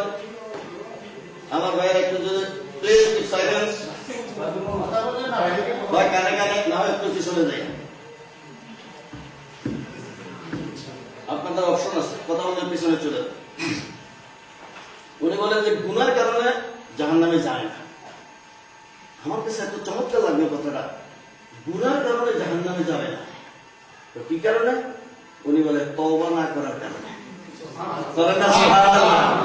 হাই ফিলোসফি, তোমার পাহাড় পরিমাণ গুনাহ হয়ে গেছে, যদি তোমার ভাগ্যের মধ্যে লেখা থাকে তওবা, এক তওবার দ্বারা জীবনের সব গুনাহ মাফ হয়ে যাইতে পারে। তুমি কেন তওবা করো না? এই জন্য জাহান্নামে জ্বলতে হবে রে। দুনিয়ার মধ্যে তওবা করো, পাহাড় পরিমাণ গুনাহ মাফ হয়ে যাইতে পারে। পাহাড় পরিমাণ, সমুদ্রের ফেনা পরিমাণ গুনাহ যদি হয়, লা তাকনাতু মির রাহমাতিল্লাহ, আল্লাহর রহমত তার চেয়ে অনেক বেশি, তোমার গুনাহ চেয়ে খোদার রহমত অনেক বড়। বলেন সুবহানাল্লাহ। আমার হুজুরের এতগুলি নাম এখানের মধ্যে পড়লে হয়তো অনেকে বোরিং ফিল করবেন। হুজুরের পাকের নাম, হুজুরের পাক সাল্লাল্লাহু আলাইহি ওয়াসাল্লাম প্রত্যেকটা নাম মিনিংফুল। মুহাম্মদ নাম ইজ মিনিংফুল, আহমদ নাম ইজ মিনিংফুল। মুহাম্মদ নামের মধ্যে 4টা হরফ আছে, মিম হে মিম দাল। আমার নিজের থেকে বললে গুনাহ হবে, আমি জানি। তাফসীরে রুহুল বায়ানের মধ্যে লেখা আছে, মিম হে মিম দাল দিয়ে হুজুরের নাম কেন বানাইল? আলিফ হে মিম দাল দিয়ে হুজুরের নাম আহমদ কেন বানাইল? তার মধ্যে একটা রহস্য আছে, তরিকতের রহস্য। তো সেটা হলো কি, আহমদ নামের মধ্যে আলিফ পরিবর্তন। আহমদ যখন প্রশংসা করে তিনি, তখন তিনি আহমদ। খোদার দরবারে স্ট্যান্ডিং পজিশন আদবের সাথে দাঁড়ানো। তুমি নামাজের মধ্যে দাঁড়াও তালিমের সাথে, ওয়াকুমুলিল্লাহি কানিতিন। নামাজের মধ্যে কিয়াম কেন করতে হয়? মিলাদের মধ্যে কেন কিয়াম করতে হয়? কারণ নামাজের মধ্যে কিয়াম করতে হয় আল্লাহর সম্মানে, আর মিলাদের মধ্যে কিয়াম করতে হয় নবীর সম্মানে। দেখো না, তেমনি ভাবে নবীকেও দেখো না, তেমনি ভাবে খোদার নামের সম্মানে কিয়াম করা লাগে, তেমনি ভাবে আমার নবীর নামের সম্মানেও কিয়াম করা লাগবে। যারা বলে যে দেখি না কেন কিয়াম করবো, তাদেরকে আমি বলবো তুমি খোদারও দেখো না, নমাজ কেন? জবাব দাও, কিতাব দিয়ে জবাব তুমি পরে আগে তোমার মাথাটা ভেঙে দিব কথা দিয়া, যুক্তি দিয়া। আসো দেখি তুমি কোন যুক্তি বলা আসছো। কি জানো, সম্মান করতে হলে দেখার কোনো দরকার নাই। লাইফের জিনিসেরা সম্মান করে, করে কিনা? পতাকার কি লাইফ আছে? বাংলাদেশের পতাকার লাইফ নাই, কিন্তু ওর থেকে সম্মান করে। আমার সোনার বাংলা, এটার কি লাইফ আছে? এটা কি কোনো মুসলমানের? সেটাও না। কিন্তু এটা যখন সোনার বাংলা, আমি তোমায় ভালোবাসি, এটা জাতীয় প্রতীক যখন হয়ে গেছে, তখন তার সম্মান হয়ে গেছে, কেউ বসে থাকতে পারবে না। এই জাতীয় সঙ্গীতের সম্মানে এবং পতাকার সম্মানে দাঁড়াইতে হবে, সেখানে কোনো মশলা দিলে কাজ হবে না। তাহলে একটা পতাকা যদি তুমি সম্মান করো যার কোনো লাইফ নাই, তাহলে পতাকাটার জন্য সম্মান নয়, এটা বাংলাদেশের সম্মান। ইট ইজ এ টোকেন, এটার একটা প্রতীক, প্রতীকের সম্মান করতে হয়। ভাইয়েরা আমার, হুজুরের সাল্লাল্লাহু আলাইহি ওয়াসাল্লামের নাম আহমদ, এটা স্ট্যান্ডিং পজিশন। যখন তিনি খোদার প্রশংসা করেন, তখন আলিফ দিয়ে শুরু, আহমাদু চরম প্রশংসাকারী, মুহাম্মাদু খোদার কর্তৃক তিনি চরম প্রশংসিত। হি ওয়াজ এক্সট্রিমলি রেসপেক্টেড বাই আল্লাহ, এজন্য ওনার নাম মুহাম্মদ সাল্লাল্লাহু আলাইহি ওয়াসাল্লাম। আমি যদি আরেকটু গভীরে যাই, আপনাদের মাথাটা খারাপ হয়ে যেতে পারে, তাতে আমার কিছু আসে যায় না, কিন্তু আমি কিতাব থেকে বলতেছি। মাওয়াহিবে লাদুনিয়া, আল্লামা ইবনে হাজার কাসতালানী, ইমাম আহমদ কাসতালানীর কিতাবের মধ্যে লেখা আছে, শোনো, আল্লাহর নাম মাহমুদ। এই মাহমুদ নাম থেকে রাসূলের নাম হয়েছে মুহাম্মদ সাল্লাল্লাহু আলাইহি ওয়াসাল্লাম। সুবহানাল্লাহ। আল্লাহর নাম মাহমুদ থেকে মুহাম্মদ নাম আসে। মিম হে মিম ওয়াও দাল 4টা হরফ, তার মধ্যে আল্লাহ তাআলা ওয়াও হরফটা রেখে দিয়ে মুহাম্মদ বানিয়ে দিয়েছে। কেন হয়? ওয়াও কেন রাখলো? কারণ আছে। বাংলাতে যেমন নাকি, ইংরেজিতে যেমন নাকি ভাওয়াল আছে, কনসোনেন্ট আছে, বাংলাতে যেমন নাকি আছে স্বরবর্ণ আছে, ব্যঞ্জনবর্ণ আছে। আরবিতে তেমনি ভাবে দুই রকমের বর্ণ আছে, একটা রেখা হরফে ইল্লত আর একটা রেখা হরফে সহি। তিনটা হইল হরফে ইল্লত, ওয়াও আলিফ ইয়া ওয়াও আলিফ ইয়া, তিনটা হইল হরফে ইল্লত দুর্বল, আরেকটা সাহায্য ছাড়া উচ্চারণ হয় না। ওয়াও উচ্চারণ করতে হলে আগে দিয়ে পেশ লাগবে, আলিফ উচ্চারণ করতে হলে আগে দিয়ে জবর লাগবে, ইয়া উচ্চারণ করতে হলে আগে দিয়ে জেল লাগবে। করে না সুবহানাল্লাহ? অক্সিলারি ভার্বের মতো এগুলো সাহায্য করে, ওয়াও পেশ জবর জের উচ্চারণ করার জন্য এগুলো সাহায্যকারী হিসেবে অক্সিলারি। ওয়াও হলো দুর্বল হরফ, এটাকে হরফে জয়ীফ বলা হয়। আল্লাহ মাওয়াহিবে লাদুনিয়া কিতাবের মধ্যে লেখে, দেখো আমার নবীর নাম খোদা বানাইছে, আমরা না। এখানকার মধ্যে খোদার নামের থেকে বানাইছে। It is derived from Mahmud. Mahmud নামের মধ্যে একটা ওয়াও আকার আছে, কিন্তু রাসূলের নামের মধ্যে ওয়াওটা বাদ দিয়ে মুহাম্মদ, এটা হরফে সহিহ স্ট্রং লেটার। আমার নবীর নামের মধ্যে কোনো দুর্বল লেটার ব্যবহার করে না। তাফসীরে রুহুল বয়ানে লিখতেছে মুহাম্মদ নাম কেন আসলো, চরম প্রশংসিত। তাই এটার মধ্যে আরেকটা হিকমত আছে, কি তার নামাজে নামাজ পড়ে, কিয়াম আছে, রুকু আছে, সেজদা আছে, কায়দায় আকিরা আছে। তাফসীরে রুহুল বয়ানে বলে যখন তুমি কিয়াম করো তখন আলিফের মতো, যখন তুমি রুকু করো তখন তুমি দালের মতো, যখন তুমি বৈঠক করো তখন তুমি 60টা হরফের মতো। বৈঠকের মধ্যে বসলে তোমার মাথাটা হয়ে যায় মিমের মতো গোল, আর তোমার এই দুইটা বাহু আরামসে হয়ে যায় হের মতো, আর তোমার কোমরটা হয়ে যায় এনাদার মিম, এবং তোমার দুইটা হাঁটু বাঁকা, এটা হয়ে যায় দাল। মিম হে মিম দাল। তুমি বৈঠকের মধ্যে বসলে মুহাম্মদী সূরত হয়ে যায়। মুহাম্মদী সূরত ধরে তুমি নামাজ পড়ো, মিম হে মিম দাল। এই জন্য আমার হুজুরের নাম হয়েছে মুহাম্মদ। তাফসীরে রুহুল বয়ান থেকে বলতেছে আমার পুরা সত্য আছে। আমার হুজুরের নামের প্রশংসা, আমার হুজুরের তালিম, আমি যদি সেদিকে যাই, টিচিং অফ আওয়ার প্রফেট, দিনকে দিন প্রফেসর, উনি দিনকে দিন রাতকে রাত আলোচনা করতে পারেন। আমার হুজুরের পাক সাল্লাল্লাহু আলাইহি ওয়াসাল্লাম 570 বছরের দুনিয়ার মধ্যে আসলেন, কিন্তু ওনার জন্য মাইকিং হয়ে গেছে 6000 বছর। আমি এটা দেখলাম এখানকার মধ্যে আপনারা একটা বিজ্ঞাপন ছেড়েছে, তাও আর একটা বকিলি করে জনগণের মধ্যে বর্গা দিছে, জনকটা ঘুরে লেখেন নাই, চাইছে যাই হোক। কিন্তু কয়দিন হয়েছে, হয় 2 দিন বা 3 দিন, অথবা 1 সপ্তাহ অথবা 15 দিন আমাদের নামটা প্রচার করেছেন, তারপরেও এই অবস্থা। খোদা বলে আমার হাবিবকে আমি দুনিয়ার মধ্যে পাঠাবো, আমি দাওয়াত দিয়েছি। আমার নবী সভাপতি হিসেবে এক সভার মধ্যে যাবে, দুনিয়ার মজলিসের মধ্যে, এই বিশ্ব মঞ্চের মধ্যে আমার নবীর আগমন হবে। জাস্টিস আমিরাজি বলেছিল time was right, the stage was ready for the advent of a great man, Hazrat Muhammad Mustafa sallallahu alaihi wasallam. Stage তো তৈরি হয়ে আছে, এই জন্য আমাদের নবীকে আগে পাঠায় নাই। আদম নবীকে বললেন আদম নবী প্রসার করো, মাইকিং করো। নূহ নবীকে বললেন হে নূহ মাইকিং করো। শেষ নবীকে বললেন মাইকিং করো। ইদ্রিস নবীকে বললেন মাইকিং করো। সালেহ আলাইহিস সালামকে বললেন মাইকিং করো। হুদ আলাইহিস সালামকে বললেন মাইকিং করো। হযরত খিদর আলাইহিস সালামকে বললেন মাইকিং করো। আমি কিন্তু ক্রোনোলজিক্যাল বলতেছি। হযরত ইব্রাহিম আলাইহিস সালামকে বললেন মাইকিং করো, প্রচার করো। আমি প্রথম যে 3খানা আয়াত করেছি, ওয়াইজ ইয়ারফাউ ইব্রাহিমুল কাওয়াইদা মিনাল বাইতি ওয়া ইসমাঈল। হযরত ইব্রাহিম আলাইহিস সালাম, ইসমাঈল আলাইহিস সালাম আমার হুজুরের কিভাবে প্রচার করেছেন সেটা হলো কোরআনিক ভাষণ। করেন না সুবহানাল্লাহ?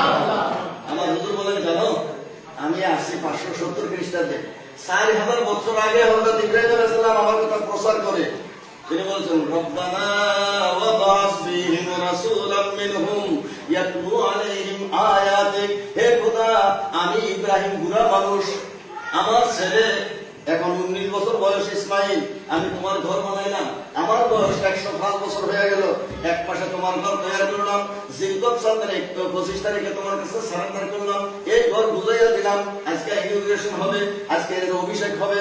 খোদা, তোমার কাছে একটা ফরিয়াদ করে তুমি আমাকে 10টা পরীক্ষা করাইছো, তোমার জন্য আগুনের ঝাঁপ দিয়েছি, তোমার জন্য আমার ইসমাইলের ছেলের গলার মধ্যে ছুরি চালাইছি, তোমার জন্য আমার পিতৃভূমি ত্যাগ করেছি, তোমার জন্য আমি মিশরের মধ্যে গমন করেছি, তোমার জন্য কত ত্যাগ স্বীকার করেছি, কত জ্বালা ভোগ করেছি, আমি কত রকমের মোনাজারা মুশাহাদা করেছি, তর্ক বিতর্ক করেছি বন্ধুদের সাথে। খোদা, যত পরীক্ষা করেছো সবগুলি পরীক্ষায় আমি পাস করেছি। এখন তোমার কাছে একটা ফরিয়াদ করি, খোদা, আমি বুড়া পয়গম্বর, আমার এই আবাদতটা মানতে হবে। খোদা কি রব্বানা ওয়া বাস ফীহিম রাসূলা, খোদা যেই নবীর মাইকিং করলাম আমি নবীর তো দেখলাম না।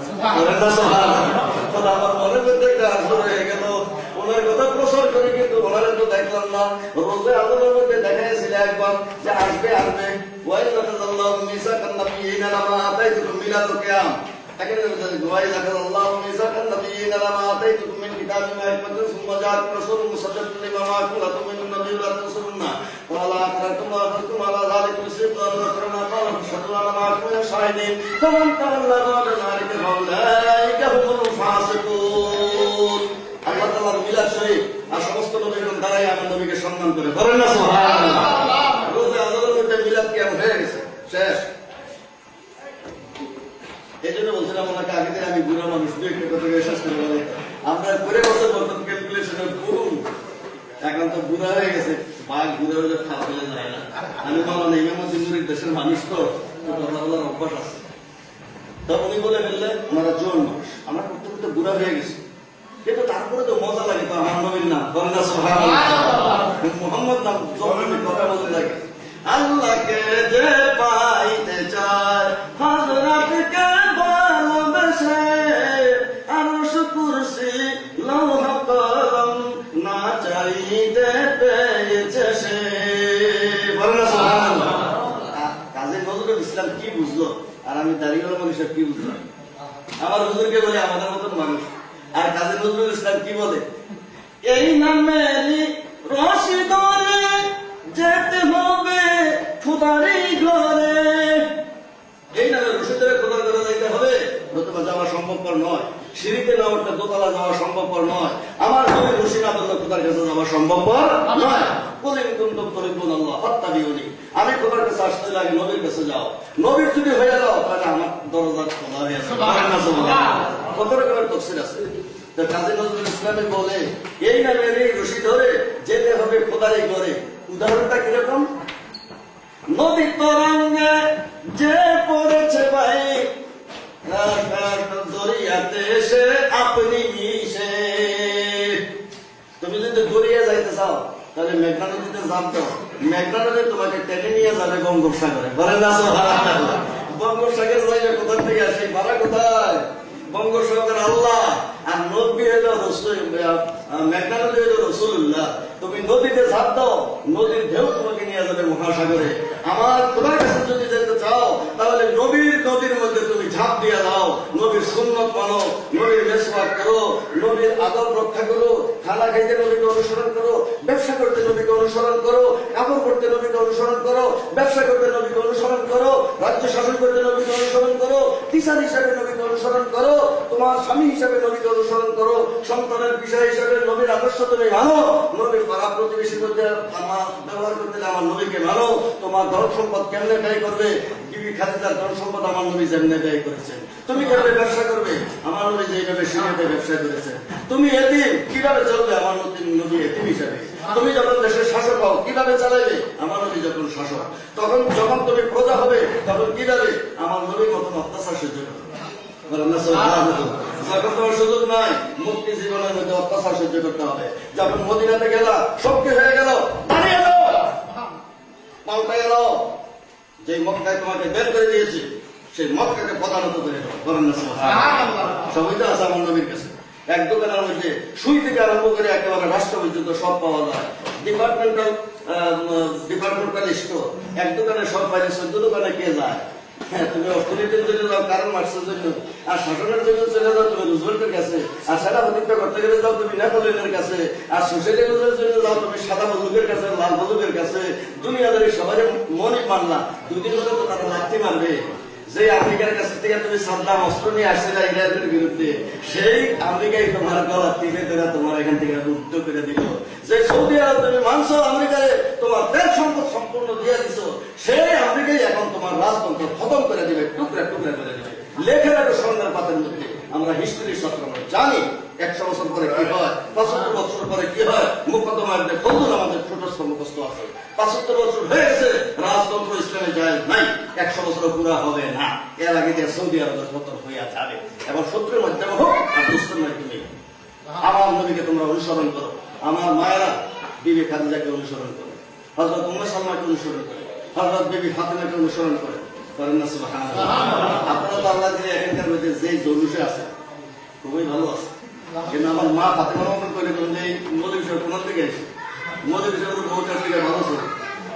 মা ফাতেমার অবস্থা কি আপনারা হযরত আলী বলে ফাতেমা গো আমার কোন খাদেম নাই, আমি রশি দিয়ে পানি উঠাইতে উঠাইতে আমার হাতের মধ্যে ফসকা ফুটে গেছে, তোমার আব্বার কাছে যাইয়া বলো একটা খাদেম দিতে। বিবি ফাতেমাকে স্বামী গো আমি তো চাকরি ঘুরাইতে ঘুরাইতে আমার হাতের মধ্যে ফসকা উঠে গেছে। বিবি ফাতেমা যাই বলে আব্বা খান আপনার জামার এই অবস্থা আমার এই অবস্থা, হুজুর এই যুদ্ধ বন্দীদের মধ্যে কেউ থাকলে একটা খাদেম দিয়া দেন। হুজুরে বলে মা ফাতেমা গো এখন মদিনার মধ্যে যারা এতিম মিসকিন আছে তাদের পুনর্বাসনের কোনো ব্যবস্থা করতে পারি নাই, তাদের পুনর্বাসনের আগে তোমাকে আমি কোনো খাদেম দিতে পারবো না, তোমার একটা খাদেম দিয়ে দিলাম। প্রত্যেক নামাজের পরে বড় সুবহানাল্লাহ 33 বার, আলহামদুলিল্লাহ বড় 33 বার, আল্লাহু আকবার বড় 34 বার। এই 100 বার এই তাসবিহ পড়লে তোমাদের আর খাদেমের কথা মনে থাকবে না। পড়ে না এরকম কষ্ট করে তো আমরা চলে গেছে। আমার হুজুর বললেন আমরা দুনিয়ার আদর্শ, ফাতেমা তুমি যদি সুকেশ কাটাও তাহলে মানুষে কি বলবে, নবীর মেয়ে এত এত সম্পদ নিয়ে চলছে। হযরত জাবেরের ছেলেরা হুজুরের জিন্দা করে ফেলে, নিজের নাতি শহীদ হয়ে যায়, হুজুরে কিচ্ছু বলে না কেন? যে নবী জাবেরের দুই ছেলেকে জিন্দা করতে পারে সেই নবী নিজের নাতির কেন রক্ষা করে না? বিভিন্ন রকমের ব্যাখ্যা করে, যারা ব্যাখ্যা করে তারা বিপদগামী। সেখানকার মধ্যে হাদিস শরীফের মধ্যে লেখা ক্বালা রাসূলুল্লাহ সাল্লাল্লাহু আলাইহি ওয়াসাল্লাম আলাম আযাল আলতাকে দামা হুসাইন ইলা ইয়াউমিল কিয়ামা ওয়া আরবাবা ইলা আল্লাহ ইয়াউমাল কিয়ামা। হুজুরে বলেন আমার নাতি যখন কারবালার মধ্যে শহীদ হলো তখন আমি রজব মুবারকের থেকে গিয়ে আমার নাতির রক্ত করে শেষের মধ্যে আমি ডিপোজিট করে রেখেছি। সহিহ আমার হুজুর জিন্দা নবী, আমার হুজুর একটা টাইম সব জায়গায় এভরিওয়্যার প্রেজেন্ট হইতে পারে। হুজুরে বলেন আমি গেলাম, সেখানের মধ্যে গিয়ে আমি রক্তগুলি নিয়ে আসলাম। হযরত আব্দুল্লাহ ইবনে আব্বাসকে স্বপ্নের মধ্যে বলে দিলেন, হযরত উম্মে সালমাকে বলে দিলেন এই দেখো শিশিরের মধ্যে রক্ত, এটা হলো দমে হুসাইন, হুসাইনের রক্ত। তো কি জন্য হুজুর রক্ত রাখতে হলে তো ব্লাড ব্যাংক লাগে, হুজুর আপনার কাছে ব্লাড ব্যাংক আছে কিনা? হুজুরের আমার কাছে ব্লাড ব্যাংক আছে, ওষুধও আছে, আমি সব কিছু, আমি ডাক্তার, আমি হাসপাতাল, আমি ওষুধ, আমি সব কিছু। করেন না সুবহানাল্লাহ? তোমাদের ডাক্তার আলাদা, প্রেসক্রিপশন আলাদা, ফি আলাদা, ওষুধ আলাদা, কিন্তু আমি সবে হাসপাতাল বললে আমি, ওষুধও আমি, ডাক্তারও আমি, প্রেসক্রিপশনও আমি, মেডিসিন বলো, প্রিজার্ভেশন সবই আমি। হুজুরে বলে রক্তটারে আমি রেখে দিলাম, কাল হাসরের দিনে খোদার কাছে যাই বলবো খোদা আমি আরাম চাই নাই, আমার নাতি শহীদ হয়ে গেছে, খোদা আমার নাতির রক্তের বদলে আমার গুনাহগার উম্মতকে মাফ করে দাও। আমিন ওয়া আখিরু দাওয়ানা আলহামদুলিল্লাহি রাব্বিল আলামিন। আসসালামু আলাইকুম ওয়া রাহমাতুল্লাহি ওয়া বারাকাতুহু। আমার স্নেহের বাতেন বলেছেন প্রফেসর আতাউর রহমান সাহেব, যেহেতু ওনারা শিক্ষিত মানুষ, ওনারা অনেক রিসার্চের বই লিখেছে, ওনার কাছে যদি কোনো রিসার্চের বই থেকে ইসলামিক হিস্ট্রি সংগ্রহ করে নেবেন। আমি কিন্তু সোমবার 14টা বই আমি নিজে পাবলিশ করেছি, কোনো মানুষের থেকে আমি সহায়তা নেইনি। বাপদাদা সম্পত্তি দিয়ে 14টা বই পাবলিশ করেছি, এখন 9টা চলে। 3টা বই নিয়ে এসে এখানে বিশেষ প্রয়োজন। একটা হলো নবী করিম সাল্লাল্লাহু আলাইহি ওয়াসাল্লামের লাইফ হিস্ট্রি, অ্যানালাইটিক্যাল, হুজুরের প্রত্যেকটা ঘটনা, 63টা বছর 63টা ঘটনা এর মধ্যে অ্যানালাইসিস সহকারে আছে। আরেকটা হয়েছে আকায়েদ মাসাইল, আরেকটা হচ্ছে মিলাদুল কিয়াম। আমি মনে করি সেই 3টা এই দেশের মধ্যে প্রয়োজন হইতে পারে। যদি কারো মনে চায় করে দেয়া এই মাহফিলের পরে, বেশি না আমার দেশের দামি দাম, যেহেতু আমাকে নামতে কাস্টম লাগে না, কিছু লাগে না, শুধু 50, এই 3টার একটা। আমার এখানে 10 সেট আছে, 10 সেট আছে। আমরা 50 করোনা নিয়ে বলার পত্রিকা করোনা 50 করোনা দিলে এই 3টা একটা সেট পাওয়া যাবে। পরে পরে এটা আমার বড় কথা নয়, এটা শুধু মশলা জানার জন্য আর কি। আর যদি কেউ নাও দেয় তবু আমি মনে করি এটা আমার নিজের জিনিস, আমি ইচ্ছা করলে আমি মান্দা দিয়ে দেবো। কিন্তু এখানে মধ্যে প্রয়োজন আছে, আপনারা করবেন, দেখবেন। যদি এটা কোনো জ্ঞান থাকে, হাদিস কোরআন যদি থাকে, কোটেশন যদি থাকে, রেফারেন্স যদি থাকে, সত্যতা যদি থাকে, আপনারা সেটা অনুসরণ করবেন। আল্লাহ যেন তৌফিক দান করেন, আমিন।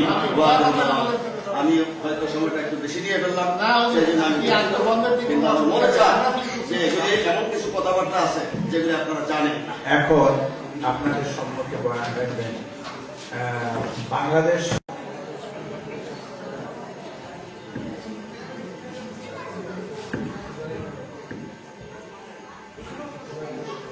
أعوذ بالله من الشيطان الرجيم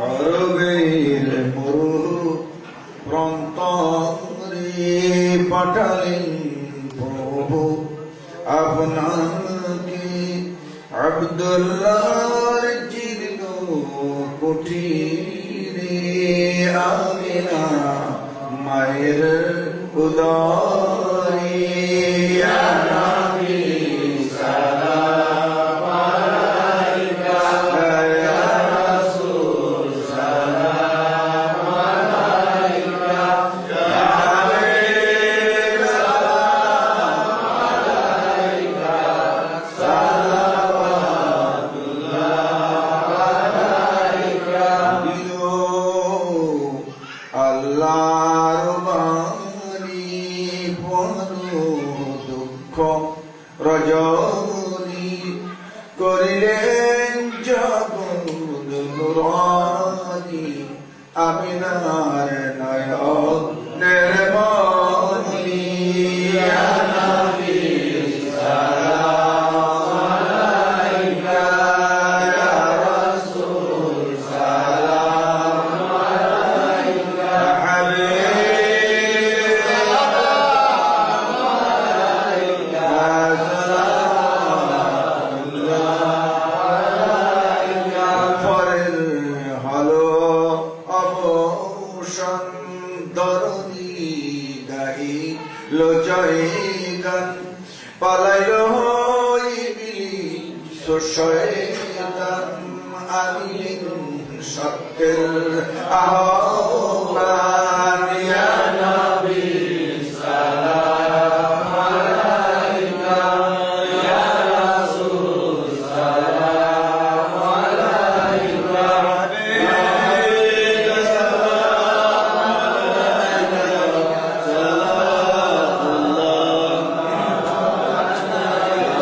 صل وسلم دائما ابدا على نبيك خير الخلق كلهم على حبيبك خير الخلق كلهم بلا خير درود السلام برغزيدا نبي قرن ندام بلغ لا بكماله شرفت يا بجماله جميع خصاله صلى عليه وآله এখন মোনাজাত হবে আপনাদের বার্ষিক ঈদে মিলাদুন নবী সাল্লাল্লাহু আলাইহি ওয়াসাল্লাম। অত্যন্ত শুকরিয়ার ব্যাপার এই রবিউল আউয়ালের মাস 1 তারিখ থেকে 30 তারিখ পর্যন্ত ঈদে মিলাদুন নবী মাওয়াহিবে লাদুনিয়া কিতাব আল্লামা ইবনে হাজার আসকালানি সেই কিতাবের মধ্যে লিখতেছে রাহিমাল্লাহ আমি বল রাহিমাল্লাহু ইমরান ইত্তাখাযা লায়ালিয়া শাহরে মাউলিদিন নবী সাল্লাল্লাহু আলাইহি ওয়াসাল্লাম আয়াদা। আল্লাহ ওই বান্দার উপরে রহমত নাযিল করেন যেই বান্দা রবিউল আউয়াল মাসের 1 তারিখ থেকে 30 তারিখ পর্যন্ত সমস্ত রাত্রিগুলি এবং দিনগুলিকে ঈদের দিনে পরিণত করে। এই জন্য ঈদে মিলাদুন নবী, আমি অথেন্টিসিটি দিয়ে বলতেছি, ঈদে মিলাদুন নবী এটা কিতাবের কথা। এই ছোট্ট ঈদ ও মিলাদের বিধান এটা পৃথিবীর মধ্যে যত দলিল আছে সবচেয়ে বড় বড় দলিল যেখানে আছে সবগুলি আমার এখানকার মধ্যে সন্নিহিত আছে, এর উপর আর কোন দলিল নেই। এখানে একটা জিনিস আর নেমতুল কুবরা আলাল আলম ফি বলতে সৈয়দে বনি আদম মক্কা শরীফের লেখা 985 হিজরিতে এই কিতাবখানা লেখা আছে। লেখকের নাম আল্লামা ইবনে হাজার হাইতামি মক্কি, উনি মক্কা শরীফের গ্র্যান্ড মুফতি। ওনার কিতাবের 7-8 পৃষ্ঠা থেকে আরম্ভ করে 11 পৃষ্ঠা পর্যন্ত রেওয়ায়েত আছে মিলাদুন নবী সম্পর্কে। হযরত আবু বকর সিদ্দিক, হযরত উমর ফারুক, হযরত উসমান, হযরত আলী কারামাল্লাহু ওয়াজহুম ওনাদের রেওয়ায়েত বর্ণনা করতেছেন। قال ابو بكر الصديق رضي الله تعالى عنه من انفق درهم على قراءة مولد النبي صلى الله عليه وسلم كان رفيقا في الجنة। যেহেতু আপনারা মিলাদুন নবী পড়াইছেন, কেন পড়াইলেন, এটার বেসিস কি এবং এটার ফজিলত কি? আপনারা তো মা বাবার জন্য পড়াইছেন, মাগফিরাতের জন্য পড়াইছেন। আমিও মিলাদুন নবী শেষ করে আসছি বাংলাদেশে। 15 তারিখে রওনা দিলাম, 14 তারিখে রাত্রে এই যে মিলাদুন নবী রাত্রে বাংলাদেশে ছিল। আমি একটা মসজিদ তৈরি করতেছি শাহজাহানপুর গাউসুল আজম জামে মসজিদ, দেশের মধ্যে একটা মাদ্রাসা, মহিলা মাদ্রাসা, ক্লাস 10 পর্যন্ত চালাইতেছি, সব খরচ আমারই গ্রহণ করতে হবে। এই মসজিদ এখানকার মধ্যে 11 তলার মসজিদ ইনশাল্লাহ ঢাকার মধ্যে করবো, 157 ডিসিমেল জায়গা নিয়ে সেখানে মধ্যে ঈদে মিলাদুন্নবী করে আসলাম, 80,000 টাকা খরচ। 222 কেজি গোস্ত, 222 কেজি চাউল, 222 কেজি ডাল, এমনি ভাবে মানুষই দেয়। ইয়াদ করি তোমার হাবিবে পাকের দুরূদ সালাম। ঈদে মিলাদুন্নবীর মাধ্যমে আমার ভাইয়েরা দেশ ছেড়ে বিদেশের মধ্যে এসেছে। আল্লাহ যে জায়গাটা হলো কবরস্থান, আগে যেখানে গরু জবাই করলে গির্জার মধ্যে না গেলে যেখানে জবাই করা হতো, সেখানে আজকে নামাজ পড়া যায় মসজিদের মধ্যে, এমনকি গির্জাকেও মসজিদ করায় নামাজ পড়ানো যায়। আল্লাহ এটা তোমার লীলা খেলা কে বুঝতে পারে। আমাদের মুসলমানের দেশের মধ্যে যেখানে ইসলামের প্রতি এই, সেখানে কবরস্থানের মধ্যে আমার ইসলামের তরফ কে এই। আল্লাহ তুমি মেহেরবানি করে এখানে 5,000 মুসলমান আছে, আল্লাহ তাদেরকে তুমি ইসলাম প্রচারক হিসেবে কবুল করে নাও। আল্লাহ আগের দিনে মক্কা শরীফ থেকে, ইরান থেকে, তেহরান থেকে, আফগানিস্তান থেকে, বিভিন্ন জায়গার থেকে বাংলাদেশে গিয়ে ইসলাম প্রচার করেছে, তাদের মাজার হয়ে গেছে, তারা বুজুর্গ হিসাবে গণ্য হয়েছে। আল্লাহ যে ভাইয়েরা বাংলাদেশে চাকরির উদ্দেশ্যে এসেছেন, আল্লাহ উপার্জন তালাশ করতে আসেছেন, অর্থ উপার্জনের জন্য আসে, তারা যদি নিয়ত করে এখানকার মধ্যে একজনেরও যদি ইসলাম শিক্ষা দিতে পারি, এখানকার মধ্যে ইসলামী আদর্শ যদি আমি দেখাইতে পারি, এই আদর্শ ফলো করে একজনও যদি মুসলমান হয়ে যায়, তাহলে সে গাজী হিসেবে তোমার দরবারে পরিগণিত হবে। আল্লাহ তুমি মেহেরবানি করে এক কাজে 2 কাজ করাইয়া দিও, চাকরি করতে আসছে তাদেরকে মুজাহিদ বানাইয়া দিও। আল্লাহ ইসলামের ধর্ম প্রচারক হিসেবে কবুল করো। আমার দয়াল নবীকে উপলক্ষ না করলে নিজের বাহাদুরি দিয়ে কাজ হবে না। আল্লাহ কোরআনে বলে ওয়াইদা সালাকা ইবাদি আন্নী ফাইন্নী করিব। হে রাসূল, আপনার কাছে যখন যাই আমার কথা জিজ্ঞাসা করে তখন আমি কাছে, আপনার কাছে না গেলে আমি অনেক দূরে, আমি খোদার কেউ দেখা পাবে না, আপনি মাধ্যম, আপনাকে ছাড়া আমি খোদার কাছে পৌঁছানো সম্ভবপর হবে না। আমাইয়ুতে রাসূল ফাকাদ আল্লাহ। ইয়া আল্লাহ, তোমার প্যারা হাবিবের আমরা মিলাদ শরীফের ইন্তজাম করেছি, আমার শরীফ মুসলমান ভাইয়েরা এর মধ্যে মিলাদ শরীফের ইন্তজাম করেছি। বাংলাদেশের পরিবেশ আছে, এই দেশের পরিবেশ নাই, কত দূরের থেকে এখানকার মধ্যে এই মাহফিলের মধ্যে উপস্থিত। আমরা বাংলাদেশের মধ্যে 1 মাইল দূরের থেকে মানুষ আসতে পারে না। আল্লাহ তুমি মেহেরবানি করে আমার এই ভাইদের আসা যাওয়ার প্রত্যেক কদমের স্টেপকে তুমি কবুল করে নাও। আল্লাহ তোমার দরবারে একটা ফরিয়াদ করি, তোমার নবীকে সম্মান দেখাইছে। আল্লাহ তোমার নবীকে একটা সম্মান দেখাইছিল আবু লাহাব, একজন কাফের, নবী হিসাবে নয়, ভাতিজা হিসাবে। যখন রাসূলুল্লাহ পয়দা হলেন তখন আবু লাহাব তার বান্দি সুহাইবকে আজাদ করে দিয়েছিল। এই জন্য আবু লাহাবের অবস্থাটা কবরের মধ্যে সে যদিও দুজকি, কিন্তু 7 দিনের মধ্যে প্রত্যেক সোমবার তার কবর আযাব মাফ হয়ে যায়। আল্লাহ তোমার কাছে ফরিয়াদ করে, এটা তো বুখারী শরীফের হাদিস। আল্লাহ যদি একজন কাফের নবীকে নবী হিসাবে নয়, ভাতিজা হিসাবে যদি সম্মান করে, রহমতুল লিল আলামিনের রহমত থেকে আল্লাহ বঞ্চিত করে না। আমরা তো মুমিন ঈমানদার। আল্লাহ এই ঈদে মিলাদুন্নবী বিধানের মধ্যে আমি লিখে রেখেছি সেই হাদিস কেনা। আল্লাহ তাহলে মুমিন যারা মুওয়াহহিদ আমার নবীর জন্মের খুশি পালন করে, আল্লাহ তোমার কাছে ফরিয়াদ করি তাদের সপ্তাহে 7 দিনের কবর আযাব মাফ করে দিও। আল্লাহ তোমার কাছে ফরিয়াদ করি, যেই ভাইয়েরা টাকা দিয়ে পয়সা দিয়ে আমার নবীর নামে এই মিলাদুন্নবীর আয়োজন করেছেন, আল্লাহ হযরত আব্দুল্লাহ ইবনে আব্বাস রাদিয়াল্লাহু তাআলা আনহু প্রত্যেক রবিউল আউয়ালের 12 তারিখে একটা লাল উট দিয়ে তিনি জিয়াফত দান করতেন। হযরত আব্দুল্লাহ ইবনে Abbas used to sacrifice a red camel on the birthday of the prophet sallallahu alayhi wa sallam. আল্লাহ riwayat-এর মধ্যে পাওয়া যায় সাহাবায়ে কেরাম আমার হুজুরে জন্মদিবস পালন করেছেন, জিয়াফত দিয়েছেন, মানুষকে খাওয়াইছেন। আল্লাহ দুনিয়ার মধ্যে কিতাবের মধ্যে দেখা যায়, মিশরের মধ্যে, হলফের মধ্যে, সিরিয়ার মধ্যে, হিন্দুস্তানের মধ্যে, পাকিস্তানের মধ্যে, আল্লাহ আগের দিনে যত রাজা বাদশাহরা ছিলেন ইরাকের মধ্যে, সব জায়গাতে কোটি কোটি টাকা খরচ করে মানুষকে জিয়াফত দিতেন। আমার দয়াল নবী একটা ঘটনা মনে পড়ে যায়, শাহ আব্দুর রহিম আব্বাজান, শাহ আব্দুর রহিম শাহ ওলিউল্লাহ সাহেবের আব্বাজান, উনি প্রত্যেক রবিউল আউয়ালের 12 তারিখে ঈদে মিলাদুন্নবী পালন করতেন, খাসি জবাই করতেন, মানুষকে খাওয়াইতেন। এক বছর ঈদে মিলাদুন্নবীর দিন ওনার কোনো খাসি নাই, টাকা পয়সা নাই, শুধু সোনাবুট ছিল। উনি মন খারাপ করে সোনাবুট তৈরি করে সেখানকার মধ্যে বিতরণ করেন আর মিলাদ শরীফ পড়লেন। রাত্রে স্বপ্নে দেখেন দয়াল নবী ওনার বাড়িতে হাজির, আর সোনাবুট সবাইতেছে। আব্দুর রহিম, তোমার এই সোনাবুট দিয়ে তুমি মন ব্যবহার করিও না, তোমার ভক্তির সোনাবুট আমি দয়াল নবী কবুল করে নিলাম।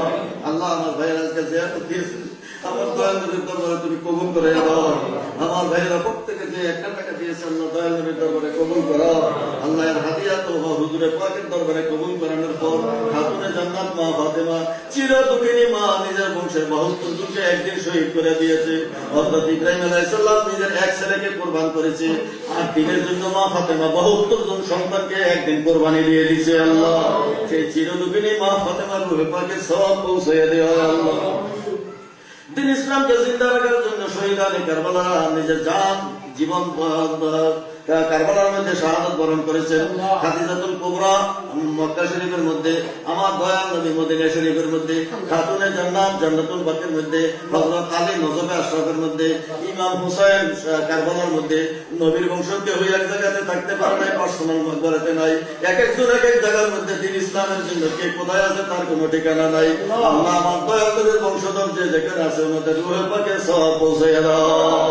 আল্লাহ পিরানে পীর দস্তগীর মাহবুবে সুবহানী কুতুবে রব্বানী হাইকেলে নুরানি গাউসে সমদানি পীর লাসানী হযরত শেখ সৈয়দ মীর মুহিউদ্দিন আব্দুল কাদের জিলানী খাজা কাদরুল করিম নওয়াজ বান্দা নওয়াজ আতা রাসূল খাজা মুঈনুদ্দিন চিশতি আজমিরি হযরত শাহজালাল মুজদ্দিদ ইবনে শাহ বাহাউদ্দিন শরীফ বুখারী মুজাদ্দিদ আল-গাসানি আহমদ সালাম নিবারী হযরত তামাম শাহবাজ শামসুল্লাহ শাহনুল ইমাম মিসকি সাহেব ইবনে শাকাতুল শাহ বদর শাহ আল-কাদর হযরত খান জামানি হযরত আদম শহীদ হযরত খাজা শরফুদ্দিন শাহ আলী বাগদাদি হযরত কুতুবউদ্দিন বক্তের কাকি নিজামউদ্দিন আউলিয়া শেখ ফরিদউদ্দিন মাসউদ শেখ ফরিদউদ্দিন আত্তার হযরত দাতা কুতুববক্শ লাহোরী সুলতান বাহিদুল ইসলামী আমাদের পীর মুর্শিদ উস্তাদ শ্বশুর শাশুড়ি মা বাপ দাদা দাদি নানা নানি যে কবরে শুয়ে আছে আল্লাহ ওনাদের রূহের পাকে মিলাদ শরীফের হাদিয়া পৌঁছাইয়া দিও।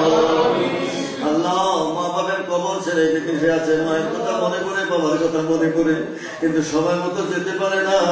আল্লাহ দুনিয়ার তাগিদে এসেছে কিন্তু মায়ের জন্য কোরআন কান্দে, বাপের জন্য কোরআন কান্দে। আমি আসবার সময় এক বাপ আমার কাছে চিঠি দিয়েছে, হুজুর আমার ছেলেকে একটা টেলিফোন করে দিন, আপনার সঙ্গে দেখা করবে।